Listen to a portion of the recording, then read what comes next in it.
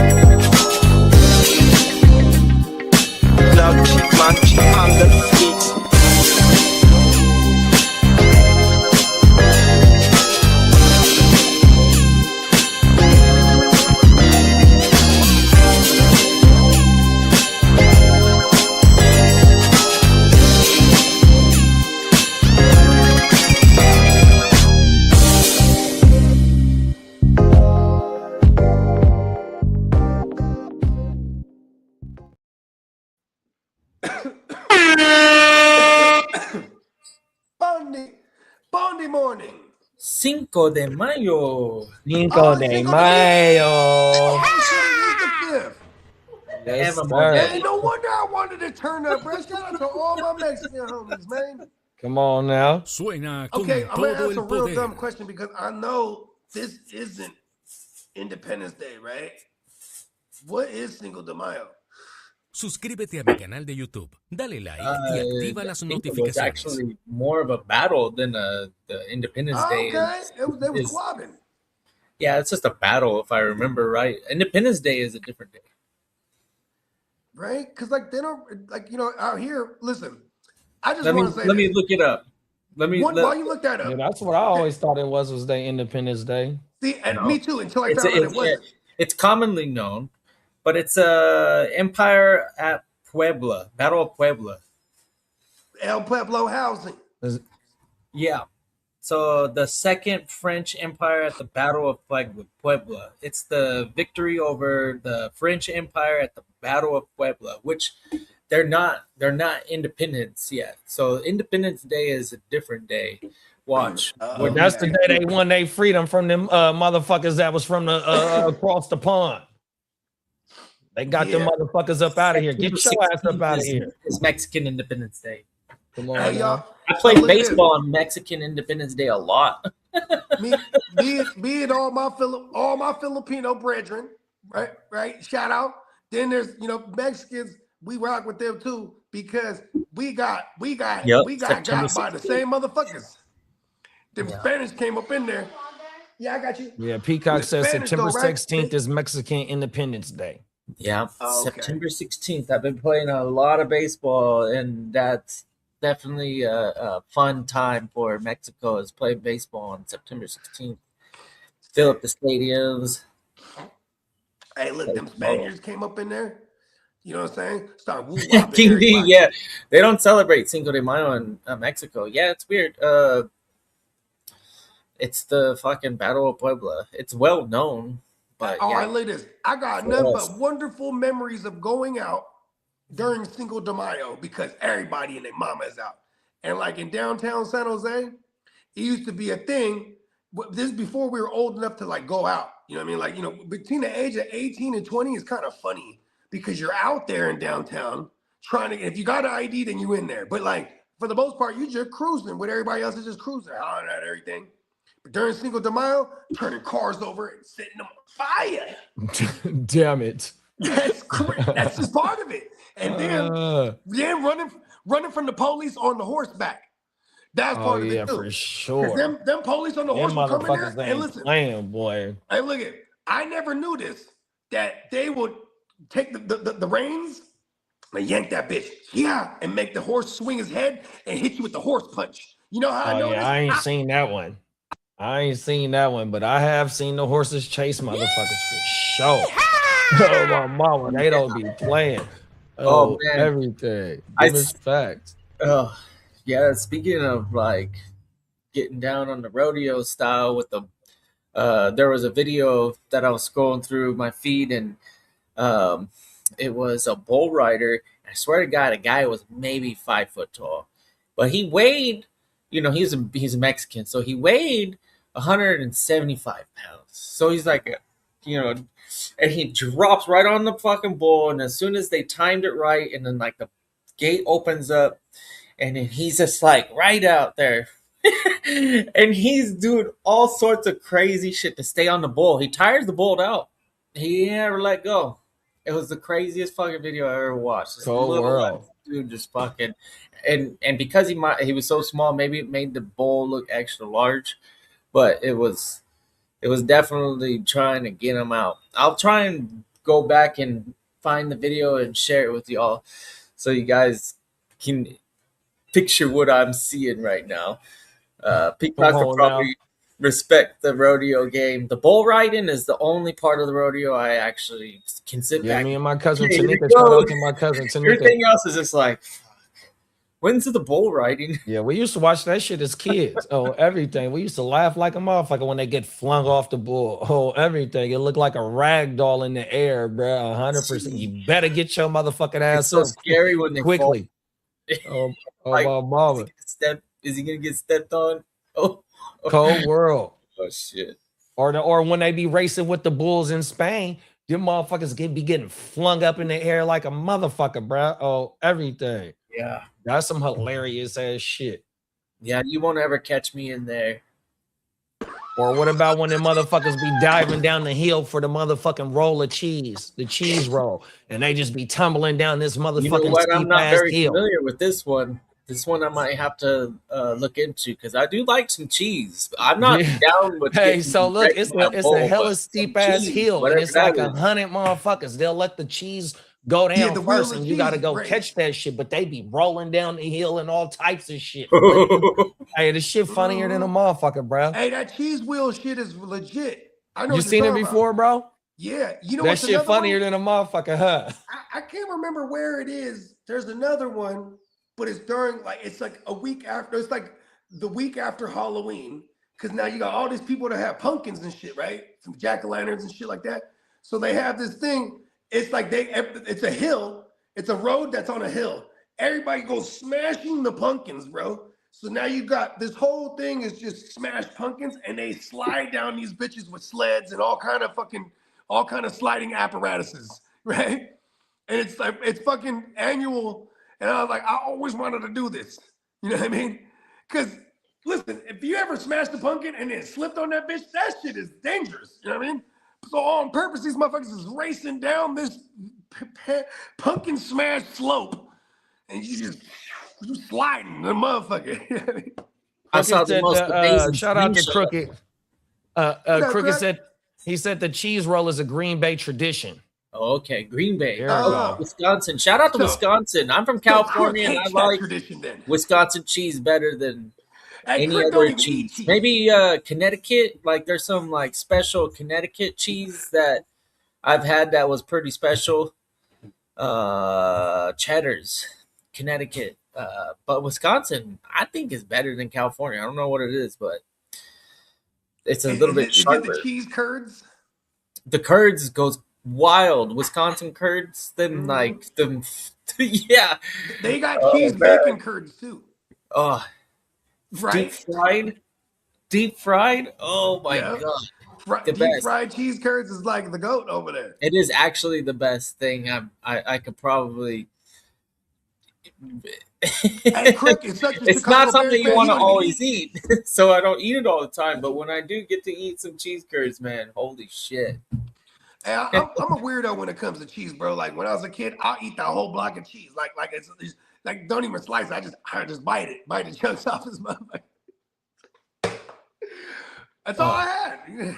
Cricket said deep fried cheese curds with some caramel taste, just like cinnamon toast crunch. No lie. Oh my god, let's go! All right, I'm gonna do that. That's different. I'm gonna go into a Joy. I'm gonna ask him for caramel. Right? Dip him in that caramel. It's like, do you got caramel? Go get your Werther or whatever. Do they got Indian population out there in Wisconsin? I feel like curry cheese curds would be fire. I ain't gonna hold you. I like curry cheese curds. I'm just saying, if they had Indians out there. Yeah. They make Indians make the best curry things, but you ever think the chicken masala? Wait, she goes crazy. Shout out to Emil, man, the Prime Minister, man. Top of the morning, big bro. Top of the board of the bill. Top of the morning, King D, man, the king of LBC. LBC, this thing, royalty. We got Albert in the building. Top of the morning, big bro. What's up, Albert? Albert, don't never tell us where you're from, so it can always be a mystery. we got Minnesota. We got Minnesota Did, aka the Ginger Ninja, my player partner, man. Hey. Crooked Commish said, "Happy Tequila Tuesday, man." Let's go.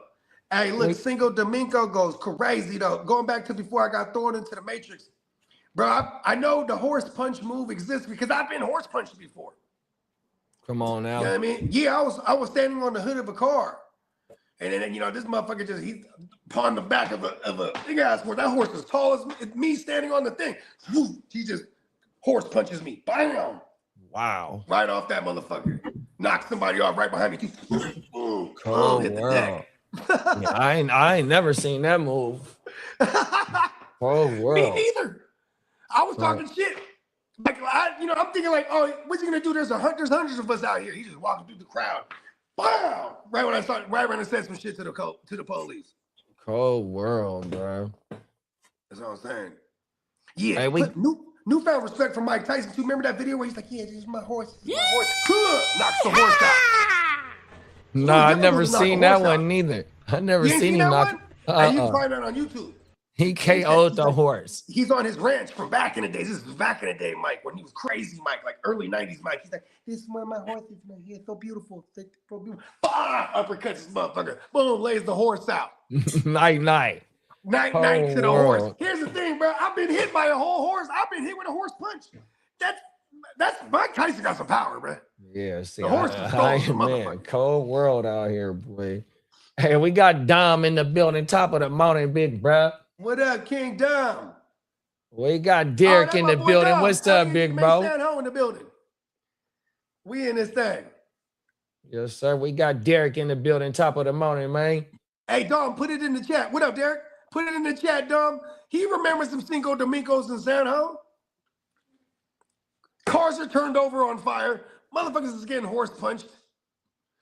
Hey, I'm celebrating. Hey, that fool is, hey, Bogey is a fool, bro. Hey, listen to some of my greatest memories, bro. That shit was lit back in the days. Once we got old enough to go out, like for real, like once we were 21, they put hella parameters on. They completely removed us being able to do Mardi Gras. They completely stopped they completely stopped people from shutting down the streets during Cinco De Mayo. It became no fun no more. Yeah, they started to slow that shit down. Like out here, fucking St. Patrick's Day. That motherfucker used to be lit, bro. They used to have a parade down in Old Sac. Oh, everybody and their mama would be out in that motherfucking, you got all them bars out there and shit. It would go down because I used to have to work that shit depending on what day of the week it fell on. But they would have a party the weekend. On my mama's a festival, so it was mandatory overtime for me. I take that back. So that motherfucker used to be smacking, but they slowed that shit down just based on they got too wild out here. Everybody and their mama got a water. They got a super soaker. You know what I mean? Mm-hmm. The bang bangs. You know what I mean? So and it's been too much shit happening during this time of year too, or during that. It's already March. I guess March. Yeah, it don't matter. Motherfuckers got sweaters on, pea coats and shit. Now you don't even know that they still bigger shit, bro. In 100-degree weather, a motherfucker still be hoodied up. My mama, better stay away. You gotta watch out for. You gotta stay away, bro. 100%. In the city, they be like this. Hold on. In the city, my mama, like hand tucked. And that motherfucker just have one arm out though. He'll have one arm like that, and you're like, oh, watch out for that guy. You know what I mean? Nah, they miss facts. That guy got one. Look at his sweater. I'm like, why? Look at his sweater. Oh my mama, keep it pushing. That means he's holding a big whopper. Yeah, keep it pushing. And we ain't talking about Burger King either. Oh my mama. Mm-hmm. Hey, Crooked said, for real, bro. We asked for it at Buffalo Wild Wings and they bring it out. You won't disappointed. You won't be disappointed, I promise. Cheese curds without going to Wisconsin? You mean to tell me they have cheese curds at Buffalo Wild Wings? Come on now. I didn't know that. I'm happy the rookie draft is over with, or the rookie draft is done with. That's the boomer I'm day. Make trades with everyone. And then Derek said Mortal Kombat was good. Y'all went to the movie premiere last night. Yeah, that's Get right. over here. Finish him. Finish him. Excellent. Fatality. So, hey, did they have the drops in the movie, Derek? Oh my mama. Right? Cold world. Pussy. Cold world, bro. That motherfucker have his skeleton. I mean, he'll have his head paws in the air, and that motherfucker spinal cord to be wiggling and shit, bro. Oh my mama. Hey, Mortal Kombat was a cold game. Yeah, Kano. Yeah, right now shit. Sticks the heart out, right? And that motherfucker's beating and shit. And he puts, Cold world. That game was so violent. It was awesome. Facts. 100%. When we were kids, bro, what? Then I swear to God, like everyone had the Super Nintendo version. I was like, I'm so happy I had the Sega Genesis, bro, because I could do the blood code. ABACABB. Cold world. The gory game. Make it the goriest of the goriest. Oh my mom. Okay, imagine coming out with a fighting game these days, right? I bet you it would have to be like a real animated, like campy type of thing. You couldn't have something that was trying to be realistic looking and have a dude beating up a girl character. Let's be like, that's a wrap. Right? They over there. Remember Johnny Cage? He used to do the splits, right? One of his moves do splits. Yeah, right in the balls. Right? Cold world. But whenever you try to do it to like Sonya Blaze or something, he does splits and it's nothing. She don't got no balls. Cold world, bro. Derek said, they put some of the drops in the movie. Yes. That's federal. Make it fan service us, damn it. Come on, 100%. The real fans of Mortal Kombat, the ones that are 40-something years old right now, because this is the shit that we're pumping quarters into at the motherfucking Pizza Hut or the motherfucking laundromat. Round table for me. Or the liquor store. The liquor store around the corner. Oh, my mama, right around the corner where I got my first bike stolen from. You motherfuckers. I want my bike back, too. I think I might have been about 10 years old. Because the liquor store, bro, was hella cool. My mama. Left that bitch out there waiting on the game. He held my shit. Punk Hey, look, motherfuckers. I used to be so ill. You'd be like, hey, man, you show up and you see this. I don't know none of these motherfuckers outside of that. They'd be at the liquor store or at the pizza shop or whatever, because they game. And you see them, oh, what up, bro? You know what I mean? Because you go to war with this motherfucker all the time. You know what I mean? Then when you know he good and he knows you good, you be like, hey, bro, get the second round. I'm gonna take a piss. All right, cool. You know what I mean? Come on now. Hey, bro. Or it'd be like, he playing one of my ops and he getting got. Let me get this second round, bro. Trust me. You know what I mean? Boom. Then I get him back in there. All right, go ahead and get the third now. You know what I mean? Here's the thing with them fighting games. That second round, hella importante. Because that first round, it's how you learning. If it's a new op, you learning him. You know what I mean? Come on what now. What does he like to do? I'll give up that first round. I wouldn't even be mad about it. Second round, though. Especially if you just drop the first. Let's do or die now. But you got all the counter moves for his motherfucking ass, huh?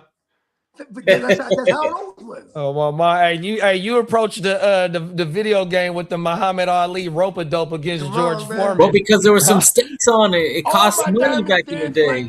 You had to throw money at that shit to play. Yeah, no, them is facts. You would have to buy your way into the game. Man, get your ass up out of here. I got $5. Let me get on the stick. Oh my mouth. Fuck about your $5. I got $1 right now. It's gonna cash in like 2 hours of game. Come on now, whooping motherfuckers' asses. $1 a game. You good? Over here, put some quarters in there. Yeah, for sure. There's a joystick.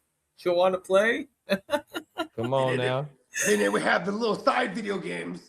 See, here's the thing. When you were good at the game, all you had to do is wait to get on. But then while you're waiting, there's the side games. Like, remember the Neo Geo games? Those ones were so fun, yeah. Yeah, because they would have multiple games in a machine. Oh, okay, right? Okay. I also like the animation, the way that it is. Samurai Showdown, or you could play like Fatal Fury, or you could play like the bubble game. Y'all remember that bubble game? Hold on, it was called, where it's like you got this little thing, and you shoot the little bubbles out, and they bounce off of shit, and then you got to stick it to them. You got to have all the same colors, and they pop. You know what I mean? Yeah, that's Bust a Move. It was called Bust a Move. Bust a Move. Yeah, but they're the characters from Bubble Bobble. Yeah, you're right. Bust that shit, man. Yeah. Hey, motherfuckers used to be so dope at that game. I'm ill with the fighting games. I'd be like, yeah, how you so good at the Bust a Move? Yeah. One of my other favorite ones was Cruising USA. I used to spend a grip on that at one of the liquor stores. That was, boy, you double tap that gas pedal and that motherfucking 56 Bel Air used to lift up in the air. Hey, that was my shit. I loved it. That was my shit. Hey, remember when they had the San Francisco joint? The second one was the San Francisco one. Come on now. Hey, you'll take flight in that level. Yeah, that motherfucker. Hey. I used to love that shit, dog. Remember Daytona too? Daytona was the whole experience because they had those at the arcade. Yeah, because they had like 5 or 6 4 or 5 of them motherfuckers. You and all the homies. then you make fun of the one homie who drives manual. You're like, why you driving manual, bro? Come on, manual, automatic. Like, why you driving like Derek said, Derek said X-Men was one of his favorite arcade games. Yeah, I would run with Gambit. I would run with Gambit, bro. That's one of my, because everybody would go for Wolverine, man. Give me Gambit on my mama. The X-Men fighting game, bro, was the GOAT. On my mama, facts. Having that that staff was fucking like 100%. And he had his car. It's like being the purple turtle is the best. That's the cheat code in the Turtles arcade. He was the Gambit. I'm always trying to be the purple turtle. He was Donatello. Got that fucking stick. Wow. Yeah, I could keep bitches at a fucking distance with that. I'm like, oh, okay, this is cool. Yeah, them little robots, and Donatello would fling the robots with his staff. Yeah. My mama. Yeah, Donatello had that reach. Man, video games, they've definitely evolved, but those were some classics, and I guarantee you they're still fun. I haven't played them in years, but if I had an opportunity, I probably would have just as much fun. No, 100%. One of my uncles, he got a fat ass like entertainment system, well, like a man cave, right? But he got all the classic arcade games. He got all the consoles. He got all this shit going back to like the early 80s, right? And so I was over there doing his yard one day, and that motherfucker like, man, nephew, come up in this motherfucking one time for me, right? And he got to sit me down, man. We back there having a motherfucking beer and whatnot. And he like, look, bro, what game you want to play right now? And he got to pull it's a big ass joypad, right? This the one with all the old arcade games on it. Hell yeah. And that motherfucker just got to running through shit, and it goes through by like errors and shit like that. I forget exactly how it breaks it down, but it got damn near every old school game on that bitch, bro. 100%. I like the Simpsons one, keeping on like that same genre. Shit. That Simpsons game was also fire. The Simpsons, the Ninja Turtles, and like how Derek said, the X-Men, all that shit was like the same style. It's the same style of game. Yeah. I call those games beat 'em ups. Because you walk around and beat shit up. Yeah, and you got to do it with the three other of the homies. It was a 4-player game. Exactly. Yep. If we all have you know what, kid? hey, so when me and my daughter went to Universal Studios, our favorite ride was the Simpsons ride. So I bought us the tickets to where you don't gotta wait in line. That motherfucker, I did not. I'm glad I had the money at that time because that shit was a grip. I'll never do that shit again in life, boy. Because that shit slapped. It's hella worth it. We rode the motherfucking Simpsons ride for about we did it at least 2 to 3 times, bro. That was our shit. Yeah, they put a max on it.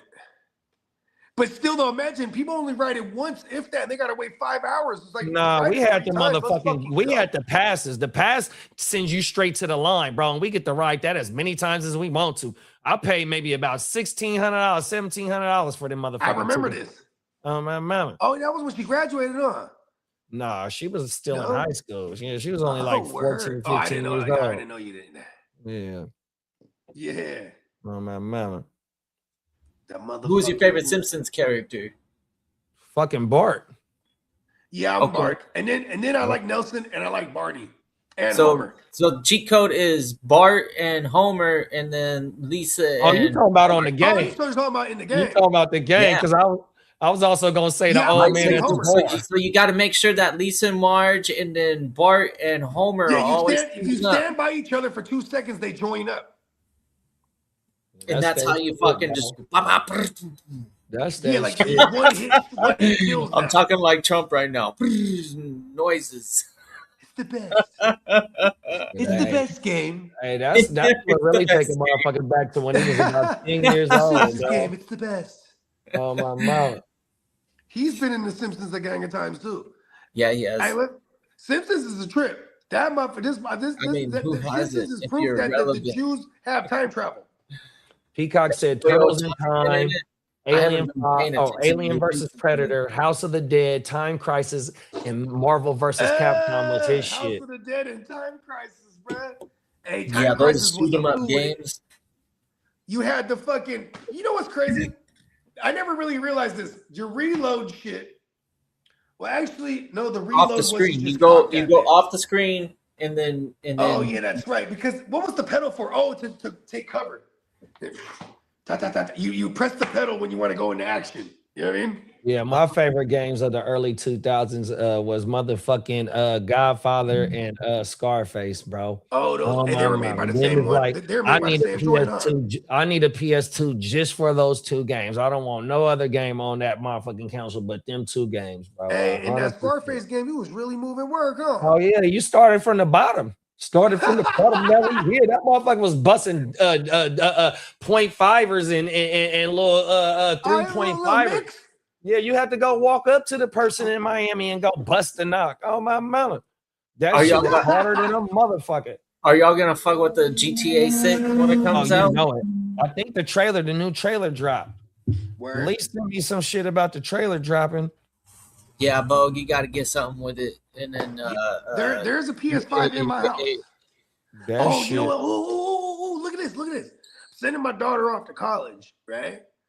And I don't know if they got a TV and they shit, or they got to add a TV. So I don't know if she's going to bring her TV. I'm like, if you leave that PS5, I'll take care of it. I'll make I'll make a whole nother profile. So you mom wouldn't touch none of your shit. Yeah, they didn't drop the trailer yet. Yeah, I mean, that thing has been in works for like 20 years now, so there's some on jokes on that shit. Like, fact, bro. It's like that shit. The GTA 5 came out like the end of 2012. No, I think that shit came out in 2013. Oh I my was about to mama. say it's over 10 years ago for sure. Yeah, Oh it's yeah, been nah, for sure. Yeah, it's it's definitely over 10. anticipated for sure. It's 13, But they 14 figured out a years way to old. monopolize it though, because all you would have to do is just to give them updates and different, and these motherfuckers, they all good. It's called downloadable content that they add Downloadable content, every thank like you. 6 months. 100%. My mama, to where you can go purchase new shit like that. You know what I mean? Yeah, because and purchase games. My mama. Rockstar is only known for GTA, right? Like they don't really. Nah, hell no. They got hella games. They got hella games. They that own is their 2K. flagship game though. So it's not even Rockstar. So what it's called Take-Two Interactive. That's the parent company. You know what I mean? The parent company of Take-Two, they got 2K up under their belt, and that's not a Rockstar game. Yeah. Okay. Bully, Need sure. for Speed. I want to say Need for Speed. They like Rockstar. These is Rockstar games. I just thought of something. Bully, Need for Speed, Red Dead Redemption. That's a Rockstar game. Like they got classics under their belt. Right. That one is Rockstar. What about all the Walking? Didn't they do all the Walking Dead? They did 2 of those. I never played that. Pause. They did the Back to the Future game. They started doing like the they got classics under their belt, bro. On my mama. Hey, that Back to the Future game was dope, bro. The Disney was trying to buy Fortnite. I watched someone play it on YouTube. And I know why, because I watched that Darth Maul, and I was like, ooh, if they had the Unreal Engine, it might actually look better, because the animation that the Disney studio was producing, it wasn't super impressive on that Maul thing yet. Like it looked barely like the next revolution of Rebels, which was 20 years ago. It barely looked better than Rebels. I was like, whoa, this is Hold on, but it looked better than Rebels though? Yeah, it looked better than Rebels. Wow. Hell yeah. It was long before it. You know what that was? I think that was Silicon Graphics computers. Rebels though, that was more than a decade. Rebels was dope. Yeah, what is that, like 5 years ago now? 6 years ago? No. 7. I think. Oh, you're talking about the video game, not the show. Years. No, Rebels, the show, right? 10 years ago? Yeah. That was like the last season. Rebels Didn't they go through like 4 seasons? 2014 was and they did 4 seasons. 2014 was Rebel? So it was 2018. I guess that's almost 10 years ago. Love you, Weez. It's anyways, good storyline, I guess. It's kind of cool, and it kind of upset me. I was like, what is this story? Like, when does this take place? Because he don't have robot legs. And I was upset. I was like, where's his robot legs? Yeah, he's supposed to have the robot because he chopped his whole shit off. Yeah, I don't know nothing about this. Hey, you know what's crazy? They chopped him off from the waist down. He got robot legs. No robot. And he's a regular human up top. And he's a regular human, like a human like alien. No, he's a Sabrath. Is that what they call him? I can't remember. They called him a what? So, like his race is like Sabroth or something like that. Sabroth, planet or whatever. Sirac. Oh, he's a Ciroc boy. He's a Ciroc boy. He's a Ciroc boy. There it is. But like at the end of the Phantom Menace, they chop his ass in half. And then, but see, with the lightsaber, you get carterized. You know what I mean? Oh, so this is some Star Wars shit? Yeah. Oh, okay. So then he comes back. He has like spider legs. Oh shit! So he has like fucking mechanical legs, but he has hell of them. You know what I mean? And that motherfucker can move around like a real spider. Yeah, shit like that. Oh, he's a cold motherfucker. And he was out of his mind. He was out of his mind. The dark side got a hold of him fully. Oh, he got a hold of the wrong. He got a hold of the wrong batch. Hey, they sold him the wrong batch out of space. He tweaked out. You know what? That motherfucker is tattooed in the motherfucker too. They start tatting you when you're a baby in that race. They tat you up your whole body, so you just got all these designs on them and shit. You know what I mean? Because this they also got like horns and shit. Yeah. Like horns? Yeah. Oh shit. Yeah, Darth Maul. He's the one with the two-sided lightsaber. Nah, I ain't seen none of that shit. Okay. And you know what's so crazy? It's like I was just like that. The moment I got in, I was like, oh, it was a wrap. I was in. You know what I'm saying? I was probably like, I was 14 years of my life not knowing. I So I seen the one. So this is like 85 or so. I'm like a kid. This one I'm living with my uncle because my uncle into all that shit. So I seen the one where R2D2 and what's the goal? His homie that's in the goal robot. What's his name? 3PO. Yeah, that motherfucker. So they're underground and they meet the fucking fat bastard Jabba. You know what scene I'm talking about? They get trapped underground or something like this. You're running fat Jabba. So I watched that. I watched that on VHS as a kid, and that's probably the only. There's a few more scenes I probably remember for the movie, but that's the only motherfucker I've seen. That one is legit like my childhood favorite. When I was a kid, if I was gonna watch Star Wars, I'd be. He comes through in the all black. He got the scar on his face because the scar was from real life. Luke Skywalker was already a badass by that time. There's okay. That's why they call it the Return of the Jedi. That's the name of the movie. That's the name of that one right there. Oh my mama! And so I did, and I had one of the toys. So I had the fucking spaceship. So I remember that motherfucker. You put AA batteries in that bitch, and it made noises and shit. I had one in there. I had one of their toys as a kid. Oh my mama! You had was it the Millennium Falcon? You had the circle joint? It was like a little bit more of a rectangular. Then it had a little circle at the back of it, kind of like. So it was more like an like rectangle going protruding in the front, and then it was more like a circle in the back or something like that. Or a Star Destroyer. Yeah, it might have been a Star Destroyer. There you go. Remember. Oh, that's hard. If he had the Death Star, it looked like a little moon. That motherfucker. Nah, hell no. It was like a spaceship. It was a craft. Okay. Hey, look, Star Wars is dope because you just be like chilling in space, right? Then all of a sudden, all these ships just show up because they're coming out of hyperspace. And now they're there. Oh shit! Now you shooting it up. You know what I mean? The physics is there for it to be possible. So if they could develop that warp drive, it might be thousands of years in the future, maybe hundreds. Who knows? But that shit is definitely theoretically like, we could definitely create something. Here's what's the trip though. Space time. Here's the trip about the physics part about it. It's like, why are we still traveling distances fast? Because no matter what, if I go parcels, I think is what they call it in the Star Wars language, which is like light years, right? If I go 10 parcels, right? Now the time that if it's 5 o'clock Wednesday over here, and I get there in a split second, but I traveled distances. I didn't just walk through like a portal, right? I traveled this distance, right? By the time I come back, theoretically, if I went that many distances, light years away, they have aged significantly. Like it might have been 100 years now. So that's the one thing. Like, you're talking we're about be able to do this. Particle physics. We need quantum physics to create a warp drive to fucking bend space time itself, right through this and then we can just be like, "Oh, okay." It only we just bring the area to us, or vice versa. And then cut out all that distance. Just like fucking grab it, pull it. And then... if this is point A, this is point B, and it's like this, right? And if we could just fold it over like that, bam, and you just walk right through the Stargate. They say that there's actually 10 dimensions, right? We only live in like 4. Hey, that means there's 10 bogeys out there going. But they're so small that when you collapse a dimension, right? Like, how do you collapse it, right? Through getting smaller. So eventually when you get small enough, it becomes a line. So what happens when you look at a line at a certain point? It disappears, right? Because it's flat and it's nothing.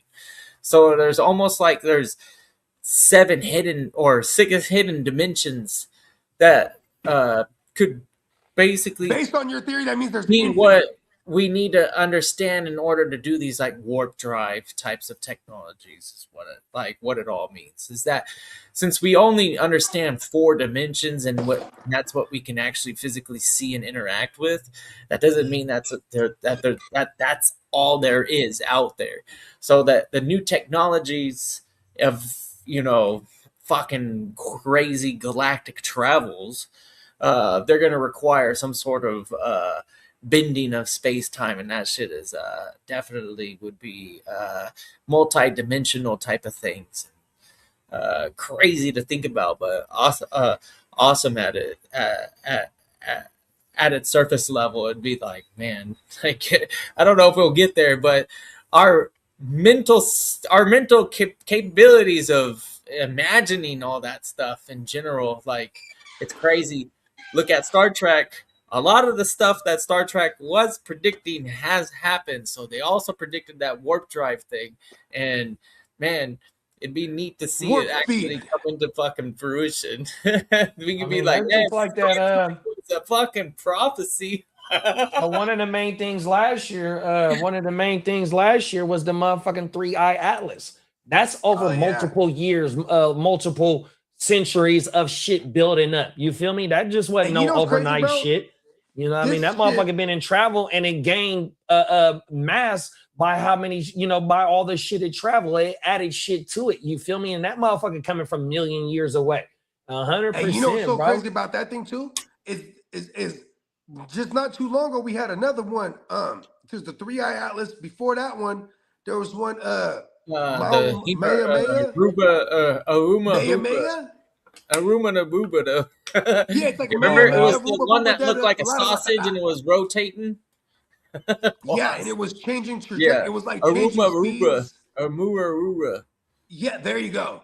Okay, yeah, I'm trying to like Amu. Yeah, there it something is. Like that, right? And yeah, because somebody in Hawaii didn't figure that out. Knows the like actual observatory. They were like, whoop, yeah, there it is. So and this shit just flew right through too. Where did it come from? Because they could calculate the angle and the velocity and all that stuff and determine that the sun has no effect to this bitch. This is not from our solar system. That thing was defying physics, just like the 3-eye atlas, though. Because they were defying physics. Like the 3-eye atlas was slowing down and speeding up. Well, it was interesting to watch because our technology was able to observe it very well for the first times. And like, you know what's funny too? They ain't showing none of this interstellar fucking objects that are going so fast that we can't. Our capabilities aren't there yet to fucking launch a spaceship at that speed. So when we get to see something moving at that speed for the first time, and with technology being advanced and it's first time seeing it through that lens, we're able to progress, and that's the cool thing about that scientific study. They get to fucking throw a bunch of money at it and get that technology better and wait for events like this and fucking. But see that. That's the thing, though, Gay Green. It's the fucking technology getting better because they ain't got enough motherfucking fuel to get to that motherfucking moon right now. That's like I said, we don't even know how to get that fast. We can do slingshots from Jupiter, but our Voyager 1 is 49 years old, and we're still in communication with it. That's crazy. Isn't that a satellite, though? Is that a satellite? It's the very it's the first thing that left our solar system. Yeah, I'm talking about human travel. So what Elon said in human travel is that we don't have enough fuel on one rocket to get to that bitch. He said that he has to go around the whole motherfucking Earth, and then he has to get a refuel in order to get back into the motherfucking shit to get to the moon. Yeah, we need 100%. Here's what's trippy is like, need a moon base. Usually we would do the slingshot method to save on fuel and then you have to carefully calculate where everything is going to be orbiting because we're going to shoot it into the direction of the first piece of the puzzle. Because when it gets there, the gravitational pull will start pulling it towards it. Then at that point, when we pass that, whatever next big fucking big old mass that it needs to go towards is going to pull it towards there, right? And then so forth. And you only have to use little minimal things to just send you in a little right direction here and there. You know what I mean? But imagine how long that fucker takes. Yeah, it's crazy. I mean? I only say we need it because that's what the objective is. If we were going to do anything with Mars, we have to have a moon base. So objectively, to do anything, like accomplish something Like, how come they ain't trying to do that we on would the just moon? need to mine the moon, use its fucking The crazy reptilians amount won't of allow it. resources that it has to Man, provide. I'm gonna There's tell so you much where we need to Reptilians go. own That's the all we moon. need to fucking have rocket fuel. So if we're gonna start moving product to Mars, the moon is a nice place. Man, I'm gonna tell you, man, fuck that. We need to go where the aliens is going, and that's where all the other the high power minerals is at the bottom of the motherfucking ocean. 100%. We got so many natural resources that down there that has been so untouched we just in physically can't get down there because millions we of haven't figured years. out the And they anti-gravity. always say that Team they Lab be seeing them 2021? aliens go straight into the motherfucking water. That's We'll where they be going to go making- get that yeah, I high agree. powered That's ass a nice place to minerals fucking and place. fucking elements. Listen, man has been on the moon allegedly. Man one day will step foot onto I'll show Mars. you. But man cannot get to the bottom of that ocean floor because of the pressure. We ain't been able to build anything that can withstand that type of pressure going deep. So it's the perfect place for them to be hiding right under our nose. Because they'll put a just little imagine what's down there. Just electromagnetic look, bubble bro. around that ass. Look, bro. So like just like the motherfuckers. That's because I watch fucking clips of Rogan, right? And this motherfucker be having motherfuckers that's doing work in the rainforest, right? The motherfuckers that's in the rainforest, they got cartels out there, right? They be beefing with the indigenous people, right? And so when you talk about the rainforest, right, you talk about some shit that's hardly ever been touched, 100%. Almost untapped. You feel me? So like, look, bro, we want to go get some shit that's right here that we can get to 100%. You know what I mean? Them motherfuckers that's been to the motherfucking Titanic, if they would have had a little bit more better technology, they probably would have got they dumb. Oh no, stop it. Let me stop. Hey, right look, now. hold on. But Oh no, there've been plenty of that vessel had already gone.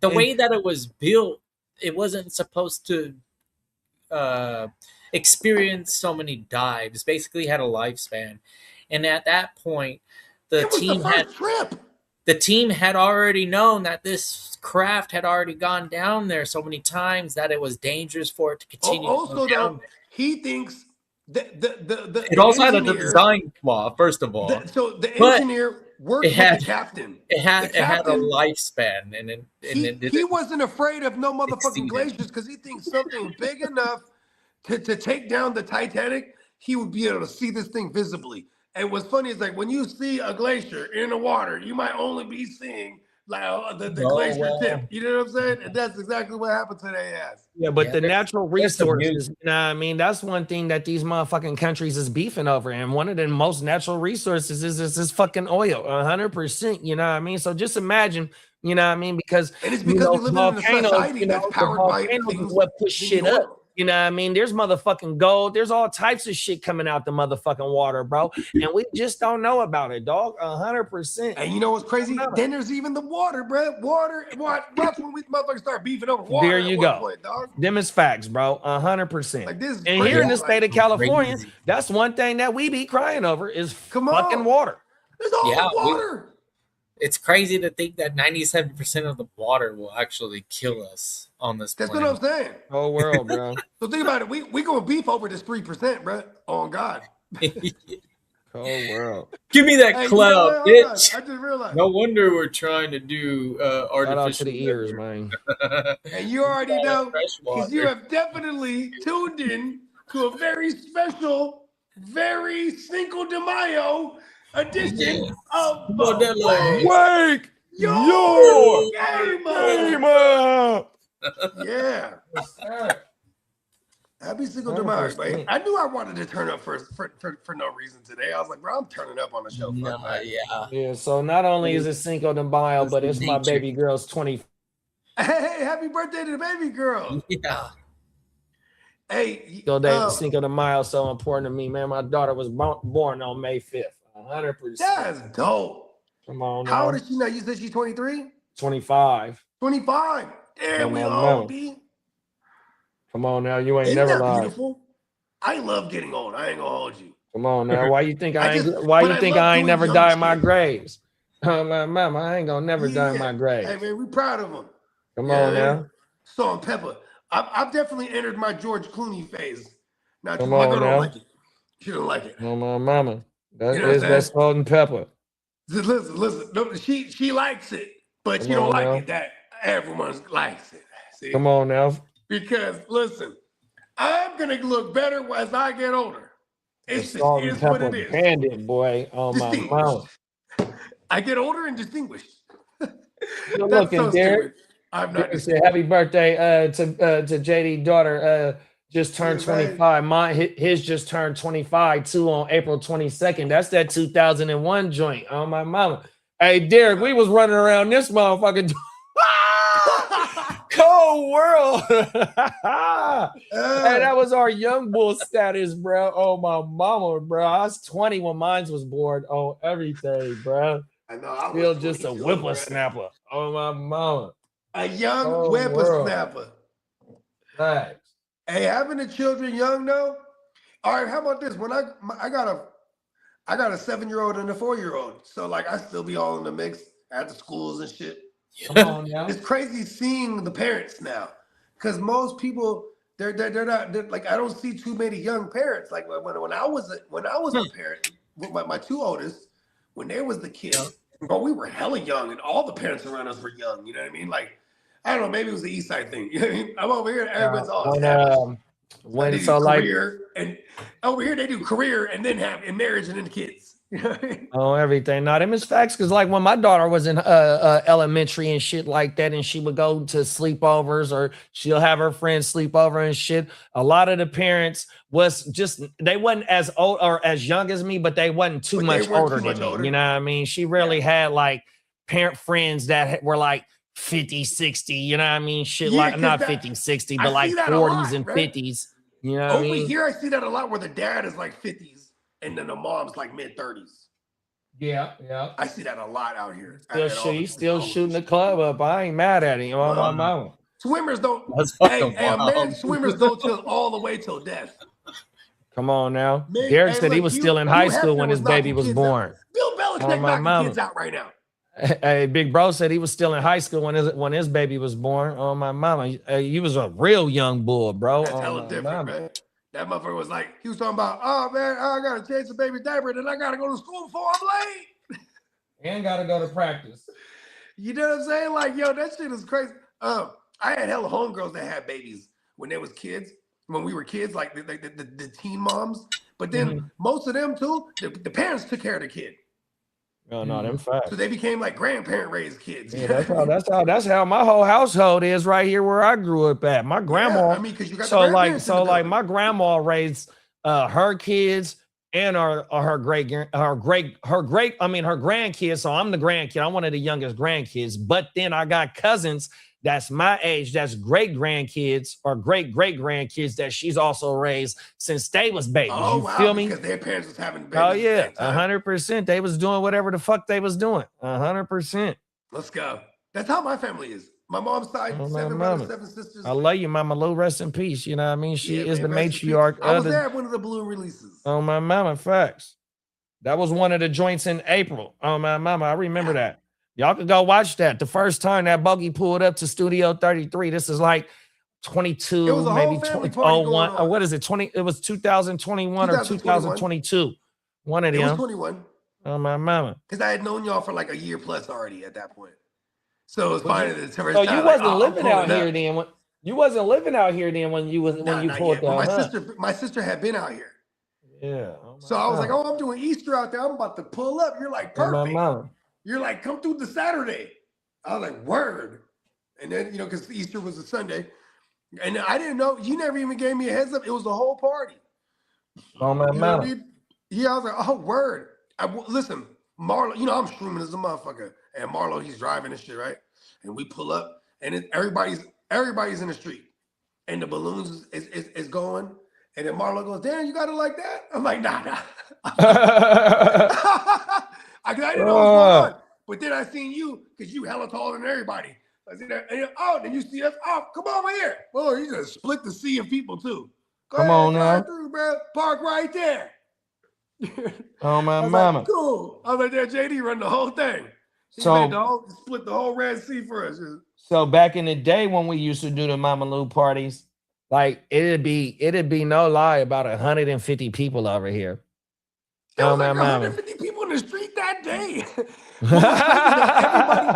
And your grandma had that effect too, because everybody and their mama was outside. Like everybody that lived there was outside.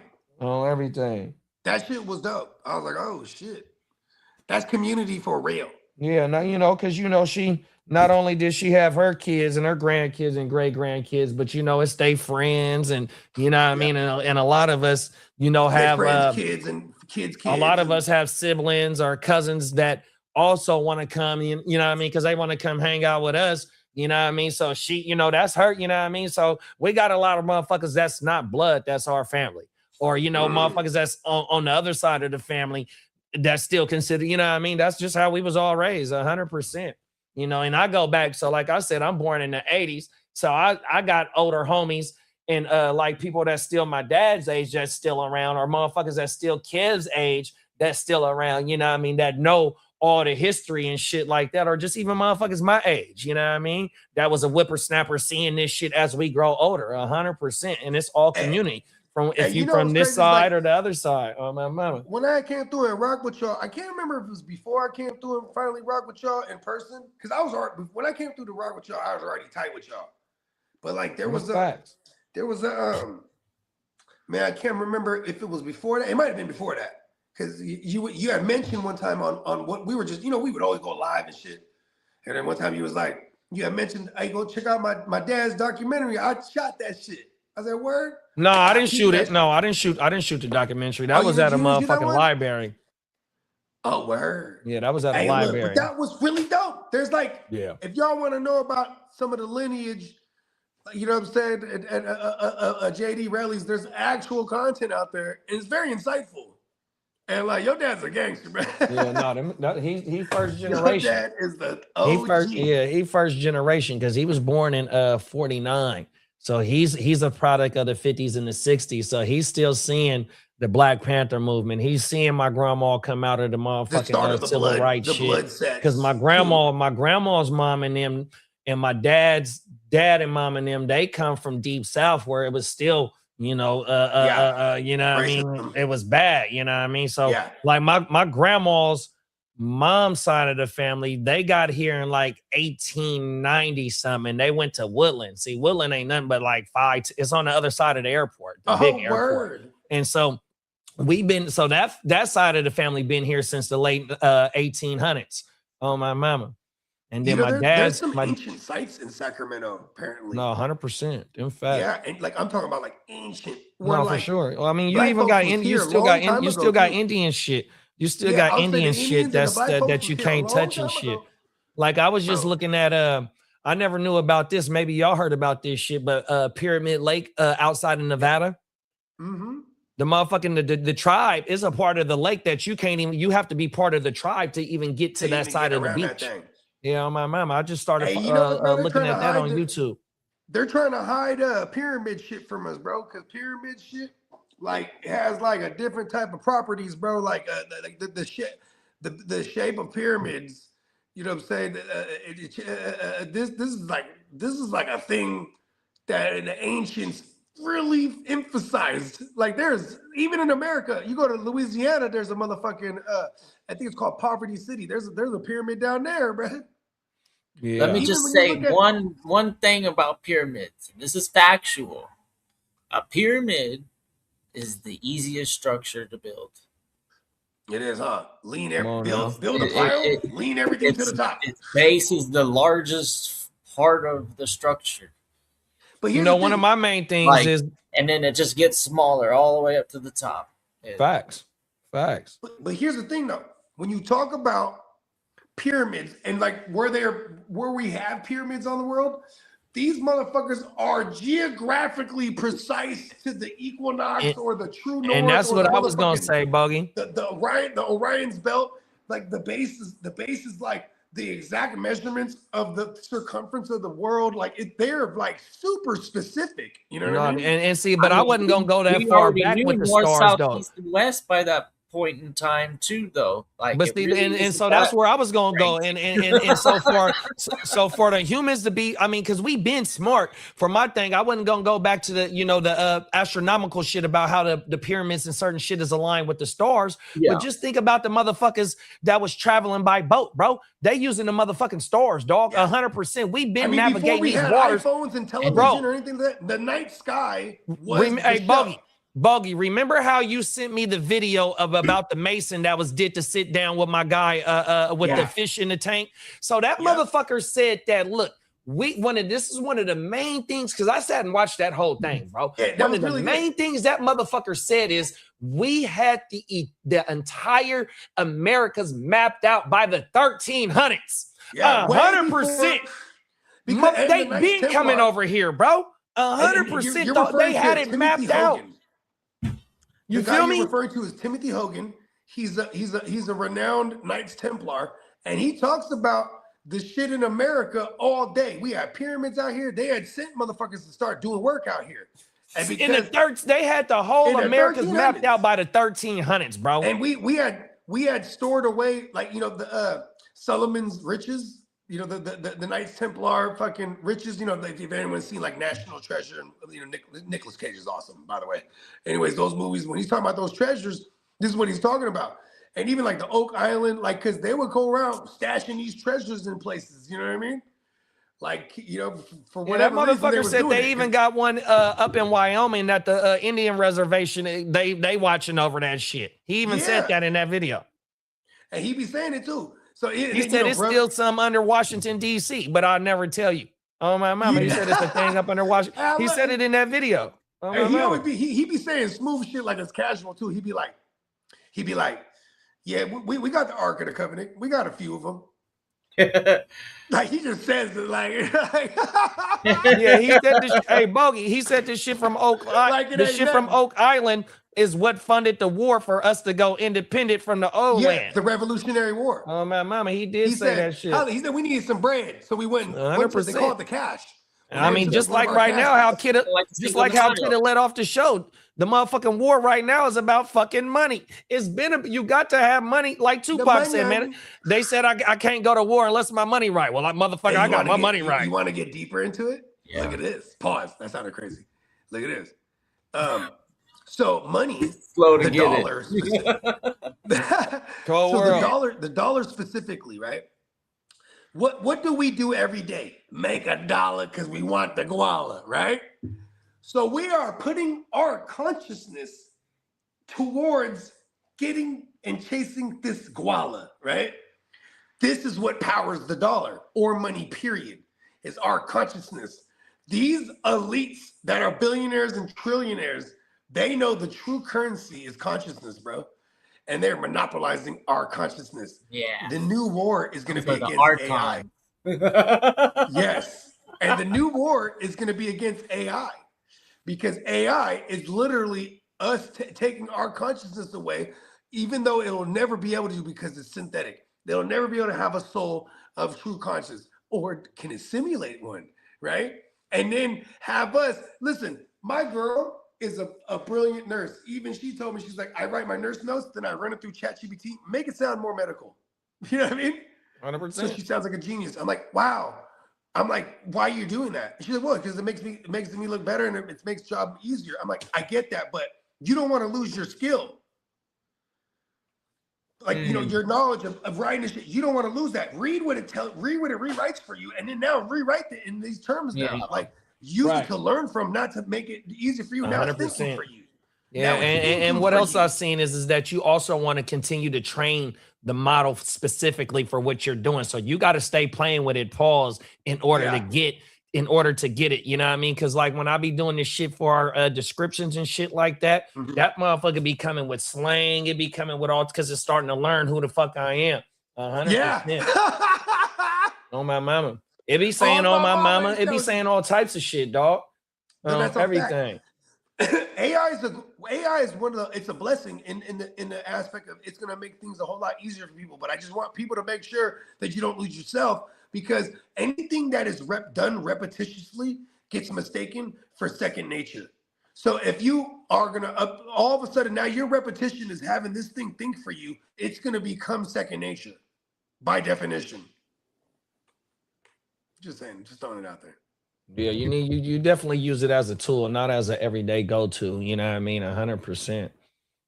Yeah, utilize Tool. it for sure. Tool is a nice It's a tool. helping nice make things easier. You know, 100%. Like how Kid is. Like how Kid is. He can't do his job if he don't got the right motherfucking tools.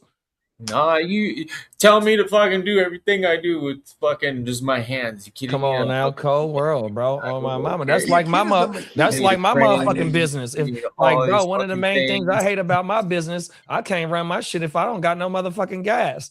And it's been times where I ran out of gas on my route.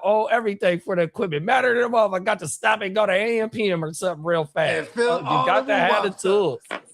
Man, I need a lot of tools just to maintain my fucking mental state, you know? Come on Like, now. man, I can't do it alone. Miss Fat. Yeah, I need the aid of machines. I mean, that's just like To help that's me just build like the machines. GWN. Each of us is a tool that helped this motherfucking machine move. Yeah. 100%. Yeah. Them is facts. Yeah, All the fuck inner yeah. pieces work. Gotta Shout make out the to shit Lee. move. What's up, man? What's up, ears? Hey, what's up?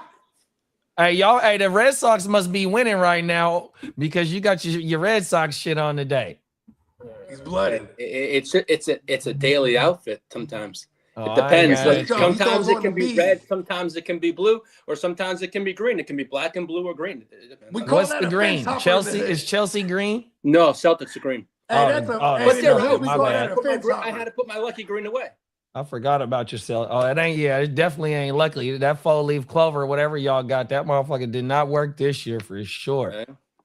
It's not Hey, right. hey, least my 76ers didn't get spanked by 40 points like they did last night. The Yeah, Knicks they got- handed it to them last night. Yeah, they got their ass Oh, whooped. now you're a Knicks fan. No, I am this because they beat. Hey, Oh, you want Philadelphia yeah, to I want lose. Philly to go, but boy. Exactly. Hope. Boy, And boy. that is not a title that you hold up. You know what I mean? Hey, I can't root. But then again, I would say it's something to Dennis. How many championships you got? 3. How many? Hey, you got 18. I got a Come on question now, for Do you. the math. I got a question for you. So if you played the Yankees in the playoffs and they beat you and they go on to play the Dodgers, are you going to be a Yankee fan so the Dodgers don't win? I root for neither one of them because they both suck. So, but They don't both suck, but even don't though they're Boston like the and New best York teams. don't fuck with each other though, right? So you're a We Knicks do. fan. It's just, you know, to me, when we play each other, that's a different story. But when it's the Dodgers, Kidder will tell you, you don't root for either one of them. They both suck. Fuck 'em. Fuck 'em. Yeah, you know. It's kind of hard to root for your division We call rival that or your in the rivals hood. in We call that a baseball. fence hopper. Yeah. No. That means he gonna bang every set that he feels that helps him out. Hey, I Then will he'll say have to one fence and thing. be I on the love other- be baseball, bang the but other the man side. that Pause. died yesterday, he fucking had some of the best I'm going to the baseball Giants calls Dodgers game ever. wearing Padres gear, bro. Yeah. Oh, I just can't look at that color y'all have. The Hey, brown. I seen what you was talking about, Lee, this morning about the John announcer. Sterling, Yeah. man, he has some of the best base. And I was telling my buddy Phil, I go, man, you know I hate the Yankees, but he has some of the best iconic much hate in your baseball heart. calls. Yeah, they had what's my boy name, Michael Wilbon on Get Up this morning, and Wilbon and Greeny was talking about Brad today. So rest in peace to Brad, 100%. Let's get caught up real fast in the comments. Derek said, I took care of my daughter. Actually, I dropped out of high school my senior year, got full-time job, went back to school the next year, graduated, and then went to the Air Force. Come on now. That's the real definition. That's the real definition of a pop right there, man. Real talk. Bro. And that's why I rock with Derek for real, bro. We're a reflection of who we surround ourselves with, man. The GWN's good peoples, man. That's real talk. That's real generational wealth right there at its finest, man. 100%. Excuse me. Hey, I can't wait to see you motherfuckers in Vegas, man. We getting you down ain't to this lying, countdown, man. On my And I'm mama. excited for y'all to meet Prime too, because he's gonna be out there too, babe. You know what I mean? Talk that shit. We got a lot of good people coming out. It's, as usual, you know what I mean? Come on now. It's gonna be a lot. It's gonna be my first time meeting a lot of motherfuckers, man, and that's what you know. What I mean, is what making this weekend hella. It's already highly anticipated, just based on you know what I mean. But it's making it more anticipated. You know what I mean. So yeah, shit finna go crazy, y'all. 100%. We got Peacock said my daughter is 17 after the summer. I was 23 when she was born. Oh my mouth. Crazy how time flies. Come on now. You know, a lot of us grew up with our kids. 100%. Yeah, no, you know what I mean? I'm glad you said that, bro. Because I tell that to Deja all the time. I said, we were kids having kids. We grew up with you. Like, had to like figure it out. And be like, oh, I'm a dad now. Like, you know what I mean? I gotta do dad shit. Facts. You know what I mean?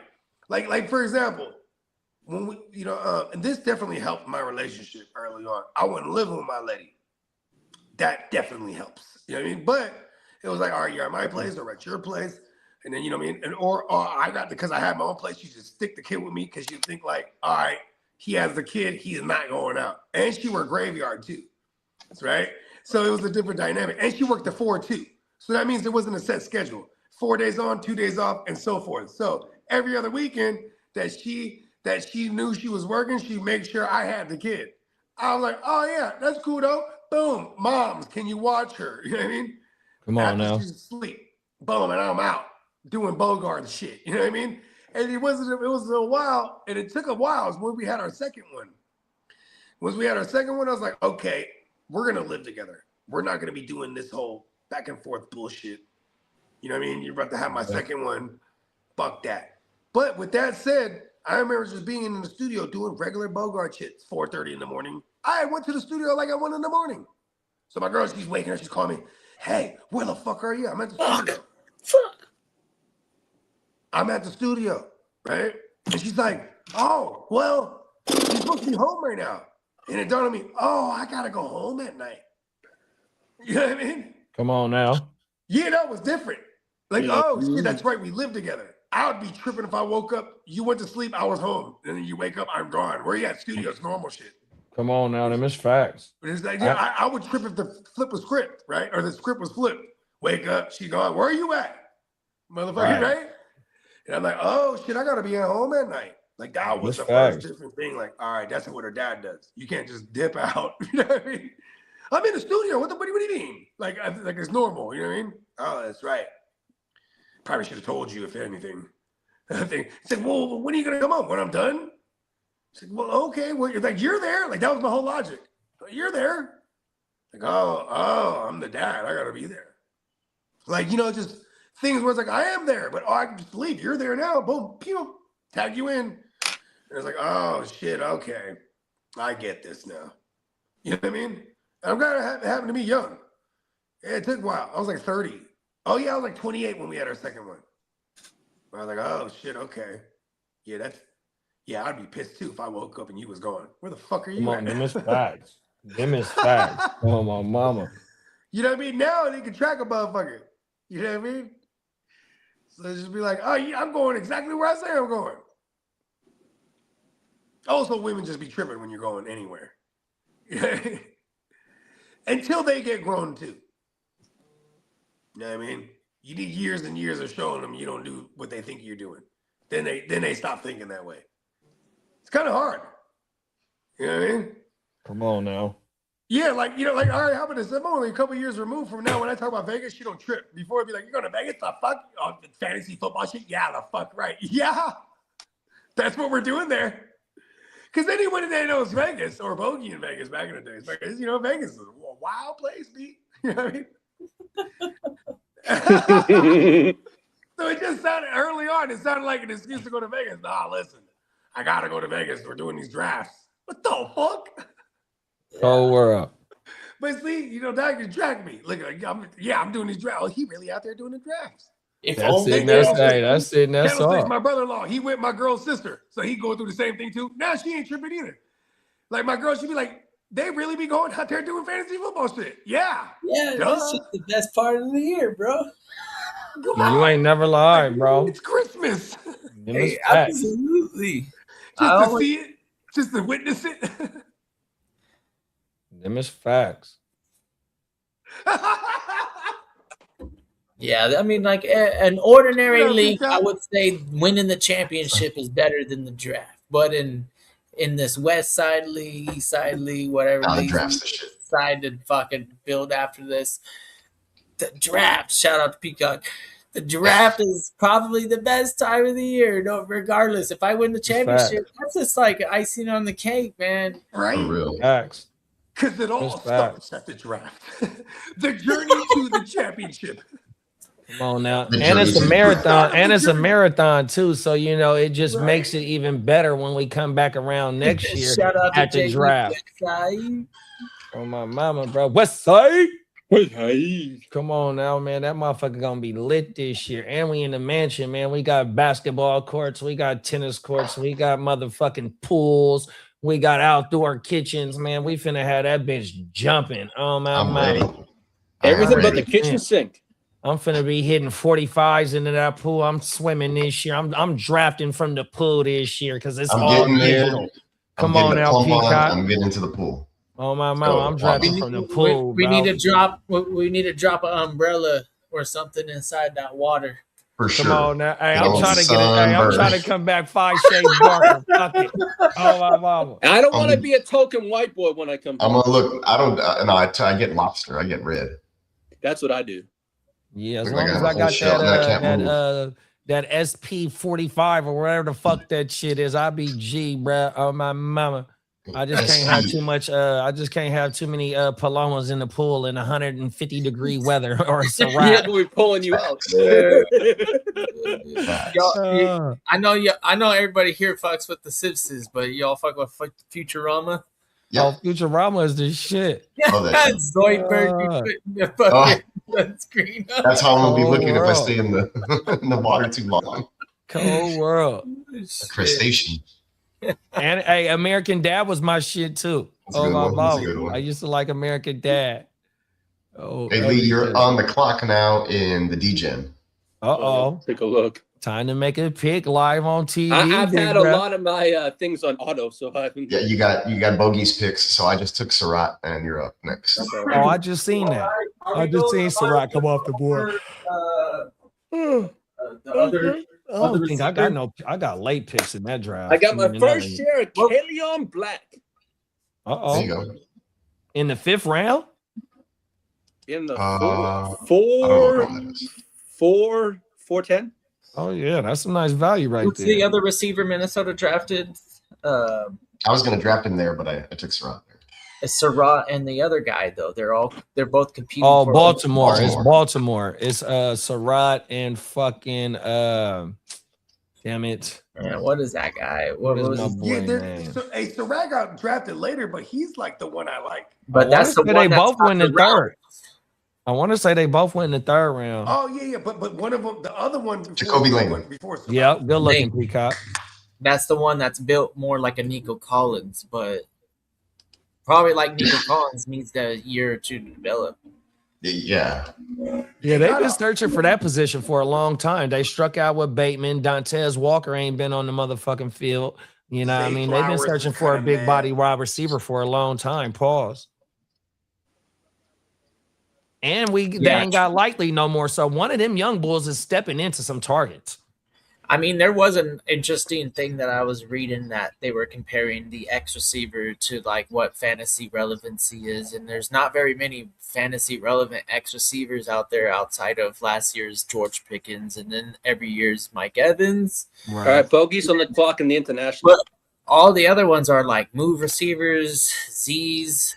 I mean, you get the positional advantage by just not having them line up against the Darrelle Revis of their, quote unquote, the Revis of the team.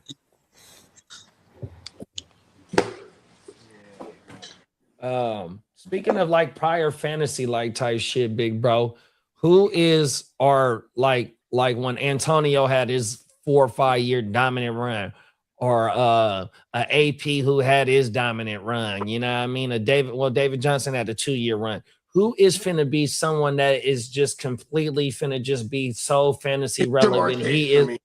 Who is it? Jamar Chase for me. Chase for you? Yeah. Because you're 1-on-1 this year. A lot of it has to do with who he's connected to. You know what, too? And I'm putting more respect on Darnold's name than I ever done before. JSN. Darnold did it 1 year with JSN, but the prior year he did it with Jefferson. So, like, here's what I'm saying is, like, and JSN did it the year prior without Darnold, with whoever the fuck was throwing the ball. I think JSN is up there, too. Yeah. Because Jefferson, he did have his dominant shit, but AB went, like, almost, 7-8 years? No, and that's what I was finna ask you, because AB, you taking AB at the 101, right? So them 2 wide receivers, you said you're comfortable with taking them at the 101 this year? Yeah, 100%. Talk that Salute, shit. Derek. Yeah, Jamar Chase is the 101.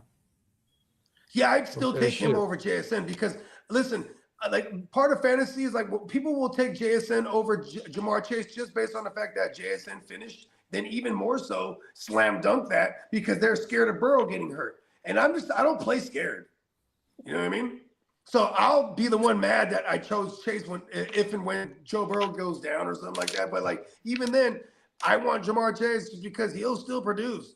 Yeah, No I mean, just to double down on your playing scared point, bro. We can't predict injury, so why would you be scared to run away from somebody that has multiple years of being a high level producer? Matter of fact, that motherfucker got a triple crown, and by far he was killing. Like, look, bro, this motherfucker, and that motherfucker only 25. You know what I mean? It's like, wow, look, he's bro, only 25 right now. I honestly, like, Puka is the only person in the league that I think I can actually have that type of ceiling that Jamar Chase provides. Talk that shit. No, for sure. That's another one. That's another one for sure.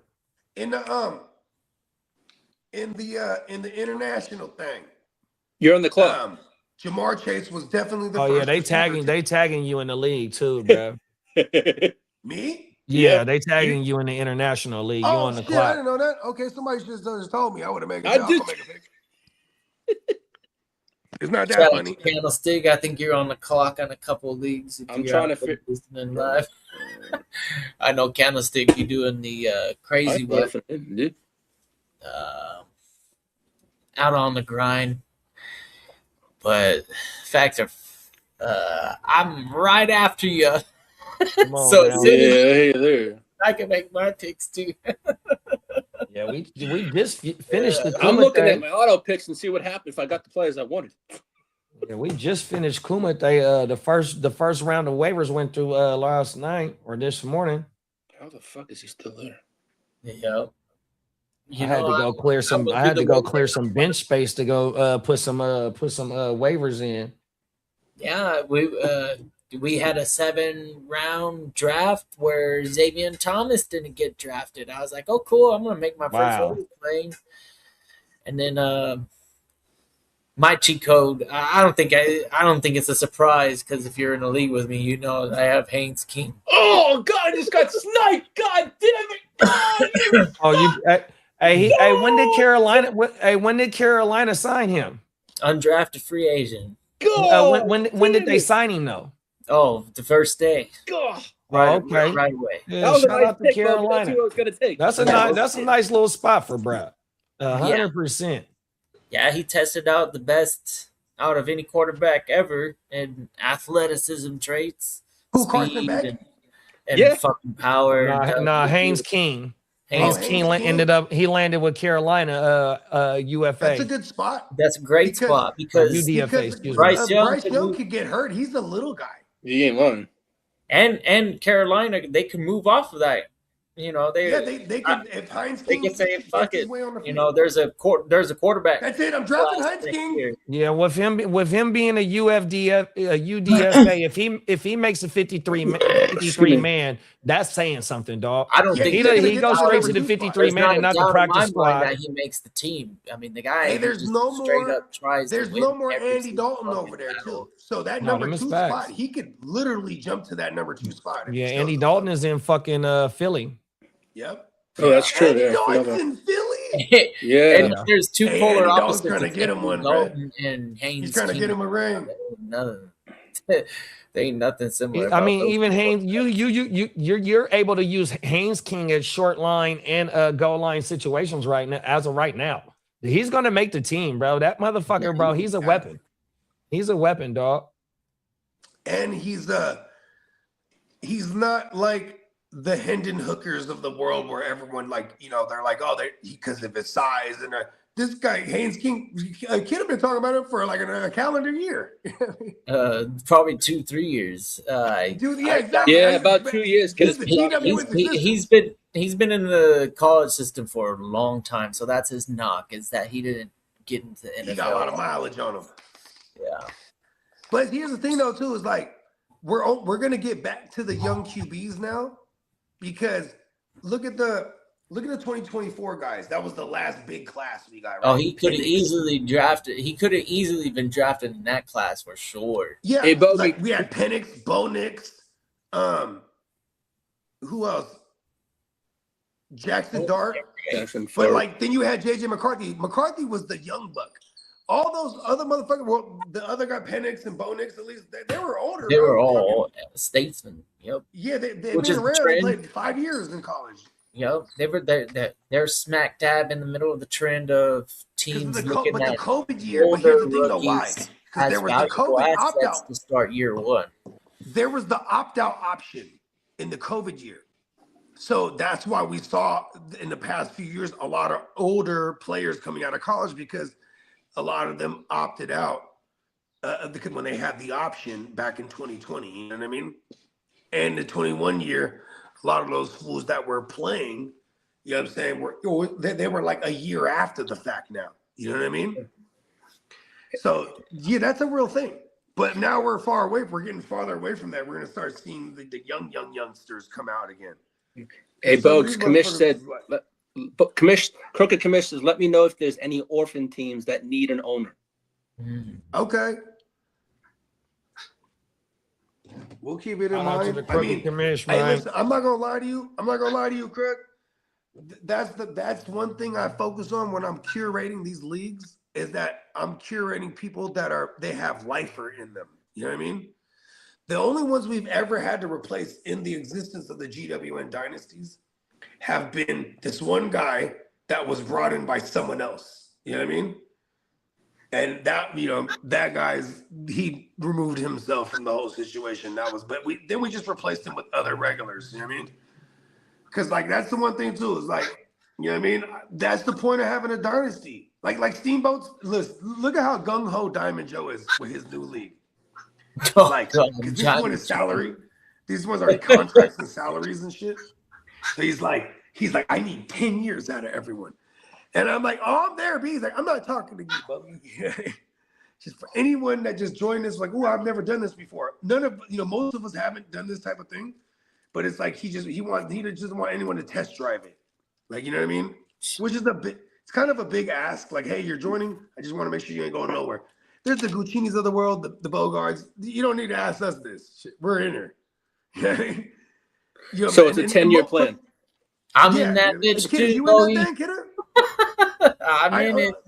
You joined it, right? Yeah. See, Kid ain't going nowhere. Like, these conversations don't need to be had with and the majority of them. See, because now this is another level of curation, right? He's trying. I know how to spend it, right? Because baseball leagues, as Diamond Joe and Lee knows, a lot of the leagues are auction style. Yeah, well, most of them are now. Yeah. So. Oh, really? They're starting to. A lot of this football being able to manipulate cap and stuff like that. That's fun for the first time. Right? It's so nerdy. I fucking love it. I would do it, but I'm not good with numbers. Yeah. And I'm not good with baseball because it's an everyday thing. I can't keep up with it anymore. I don't have that time. Yeah. Struggle with it. Hey, fuck fantasy baseball, man. I ain't gonna never play that shit again ever in my motherfucking life, dog. That shit. Shout out to everybody that does it on its dedication. 100%. Pictures and all that shit. Fuck. I used to do basketball, in fantasy baseball. Basketball. Then I did one season of baseball. I'm like, look, bro, because you do that shit to pass the time until football come around. Yeah. But now that I've been trying to get deeper into trying to make content and shit, man, I can't go waiver wiring for basketball and baseball, bro. Yeah. I can't do none of that shit. Fuck I hung up my cleats for basketball. Oh, yeah, your Jordans, you mean, not your cleats for basketball. I told Diamond Joseph, I'm done. I'm handing my papers in. I'm sorry. Was you able to get a championship in that league before you left it?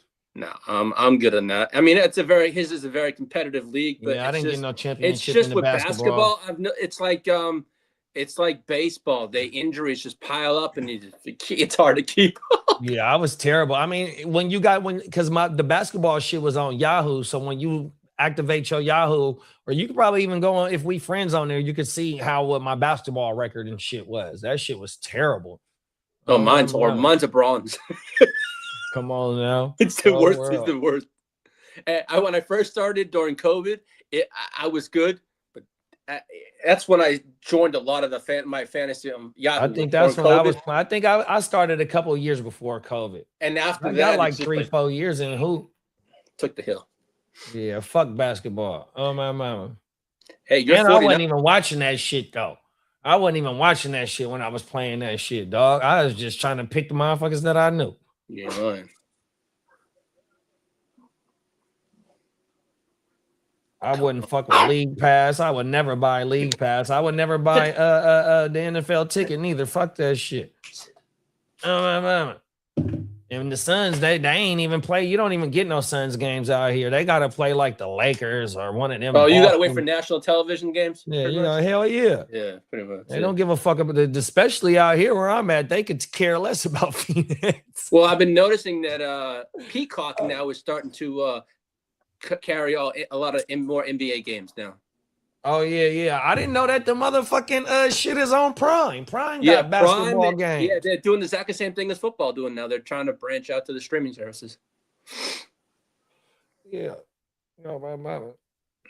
You ready to take them to the streets, Ears? Yes, sir. You all fully loaded up and charged up?